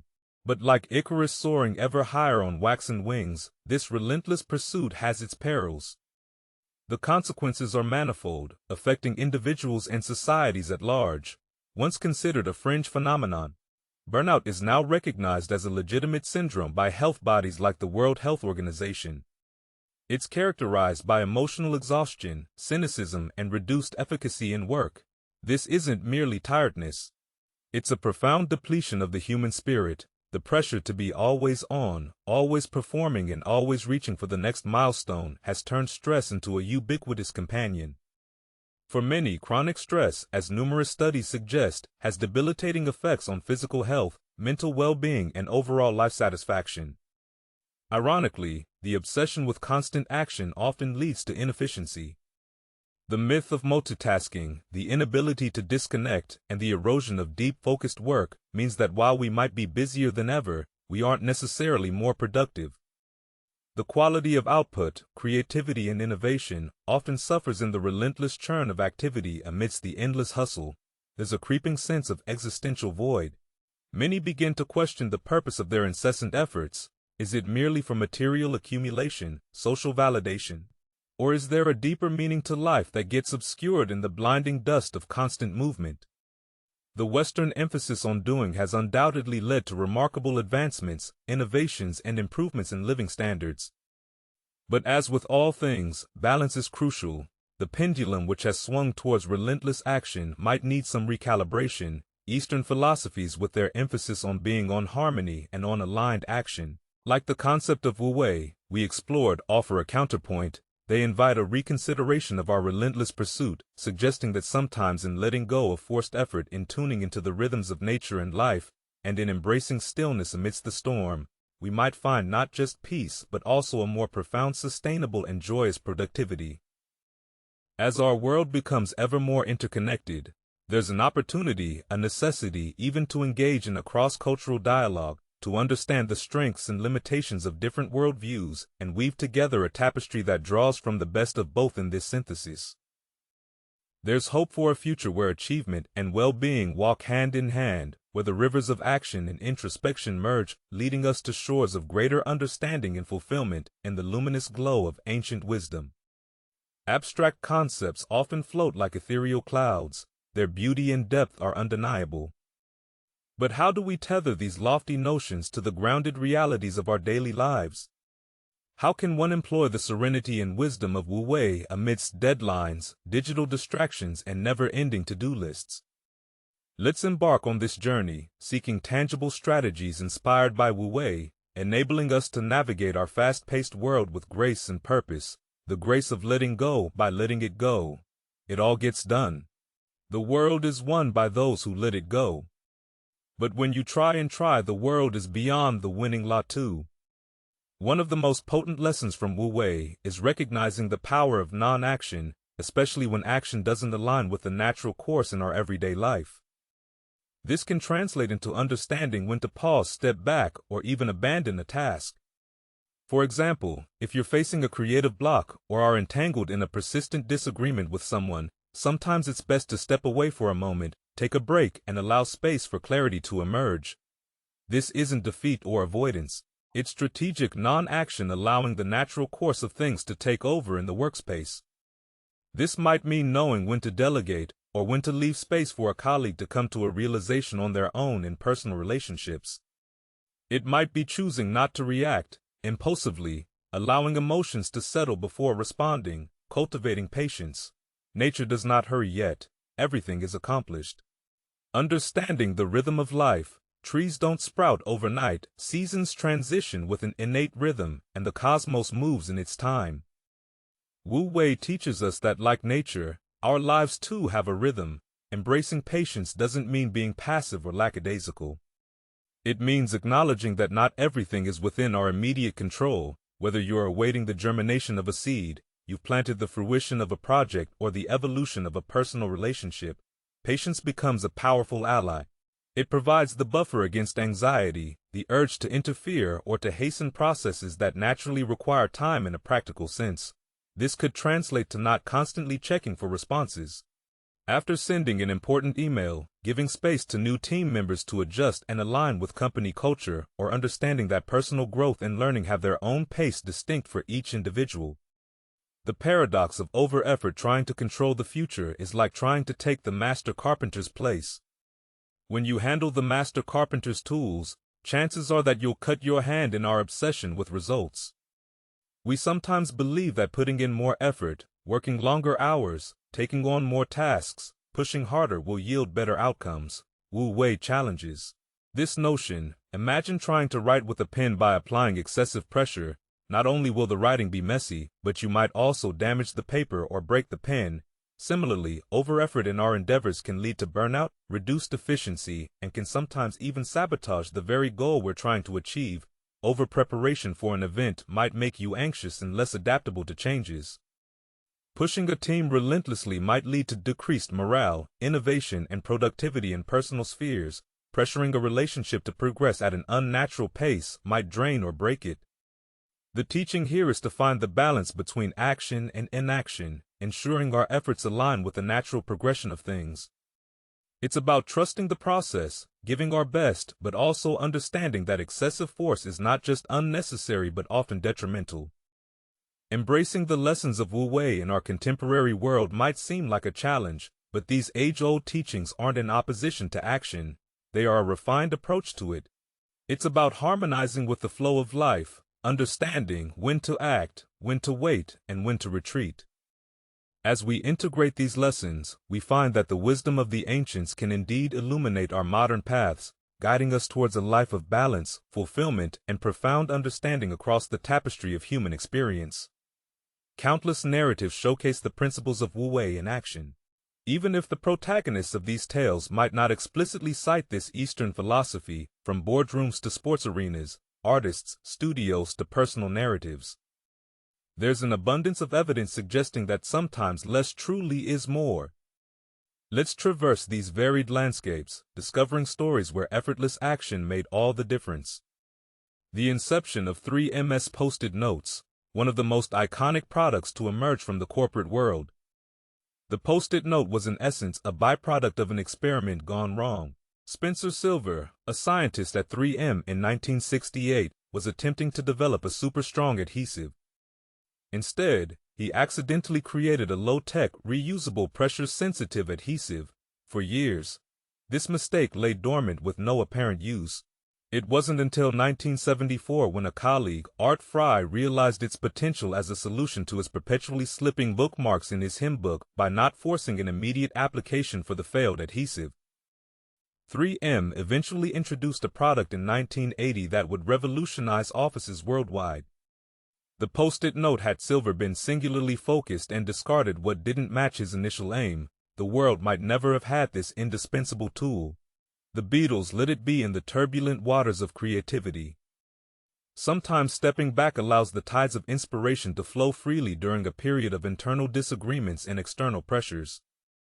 Paul McCartney dreamt of his deceased mother, who told him, "Let it be." This dream not only inspired the song, but also represented a philosophy that McCartney and the rest of the Beatles began to embrace. Instead of forcing creativity amidst chaos, they allowed things to unfold naturally. The result, one of their most iconic songs and albums, it's a testament to the power of surrendering to the moment, letting go of the need to control, and allowing creativity to blossom in its own time. Roger Bannister and the 4-Minute Mile. Before 1954, the notion of running a mile in less than 4 minutes was considered impossible. But Roger Bannister, a medical student and runner, approached the challenge with a different philosophy.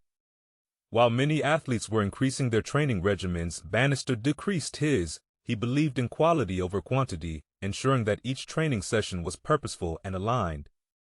He did not force himself into excessive routines or succumb to overtraining with a focused and minimalist approach. On May 6, 1954, Bannister did the unthinkable. He ran a mile in 3 minutes, 59.4 seconds. His accomplishment was not just about physical prowess, but also about understanding the rhythm of his body and knowing when to push and when to rest. The story of Julia and the unplanned journey. Julia, a marketing professional, had meticulously planned a solo trip to Italy. Every hour was accounted for, every site to be visited, listed. But on her second day, she lost her itinerary to a sudden gust of wind in Venice with no internet access and a dead phone battery. She had a choice, panic or embrace the unexpected. Choosing the latter, she allowed the city to guide her. She meandered through alleys, discovered hidden courtyards, experienced impromptu opera performances, and forged friendships with the locals. The trip became not about seeing but about experiencing. By not trying to control every moment, Julia found herself immersed in authentic experiences that no itinerary could have offered. It was an embodiment of Wu Wei, moving effortlessly with the flow of life. These stories spanning different domains echo a singular truth. There exists a magic in not forcing outcomes, in understanding when to act and when to yield. They highlight the harmony that arises when humans, despite their innate desire to control and predict, align themselves with the more organic, often serendipitous flow of existence, whether in the throes of innovation, the swirl of creativity, the adrenaline of sports, or the unpredictability of personal journeys. The principles of Wu Wei shimmer through, teaching us timeless lessons about balance, patience, and the unparalleled beauty of letting things be. In the dizzying whirlwind of our modern age, where the relentless drumbeat for ceaseless effort and pursuit resonates in every corner, lies a profound, almost radical counter-narrative. The gentle whisper of Wu Wei beckoning us towards the allure of effortlessness. It feels almost audacious, this idea of non-doing, especially when set against the backdrop of a world that equates busy with worth and hustle with success. Yet, as we've traversed the vast landscapes of history, business, art, sports, and personal stories, a resonant theme emerges. It's the discovery that paradoxically it's in the spaces between our actions, in our pauses, in our yielding, that the true essence of life often reveals itself. It's in recognizing that sometimes the most potent action is in not acting, in allowing life's river to carry us forward rather than tirelessly swimming against the current. However, this isn't a call for passivity or an invitation to abandon our goals and aspirations. On the contrary, it's a nuanced dance between knowing when to lead and when to follow, between steering the ship and letting the winds guide us.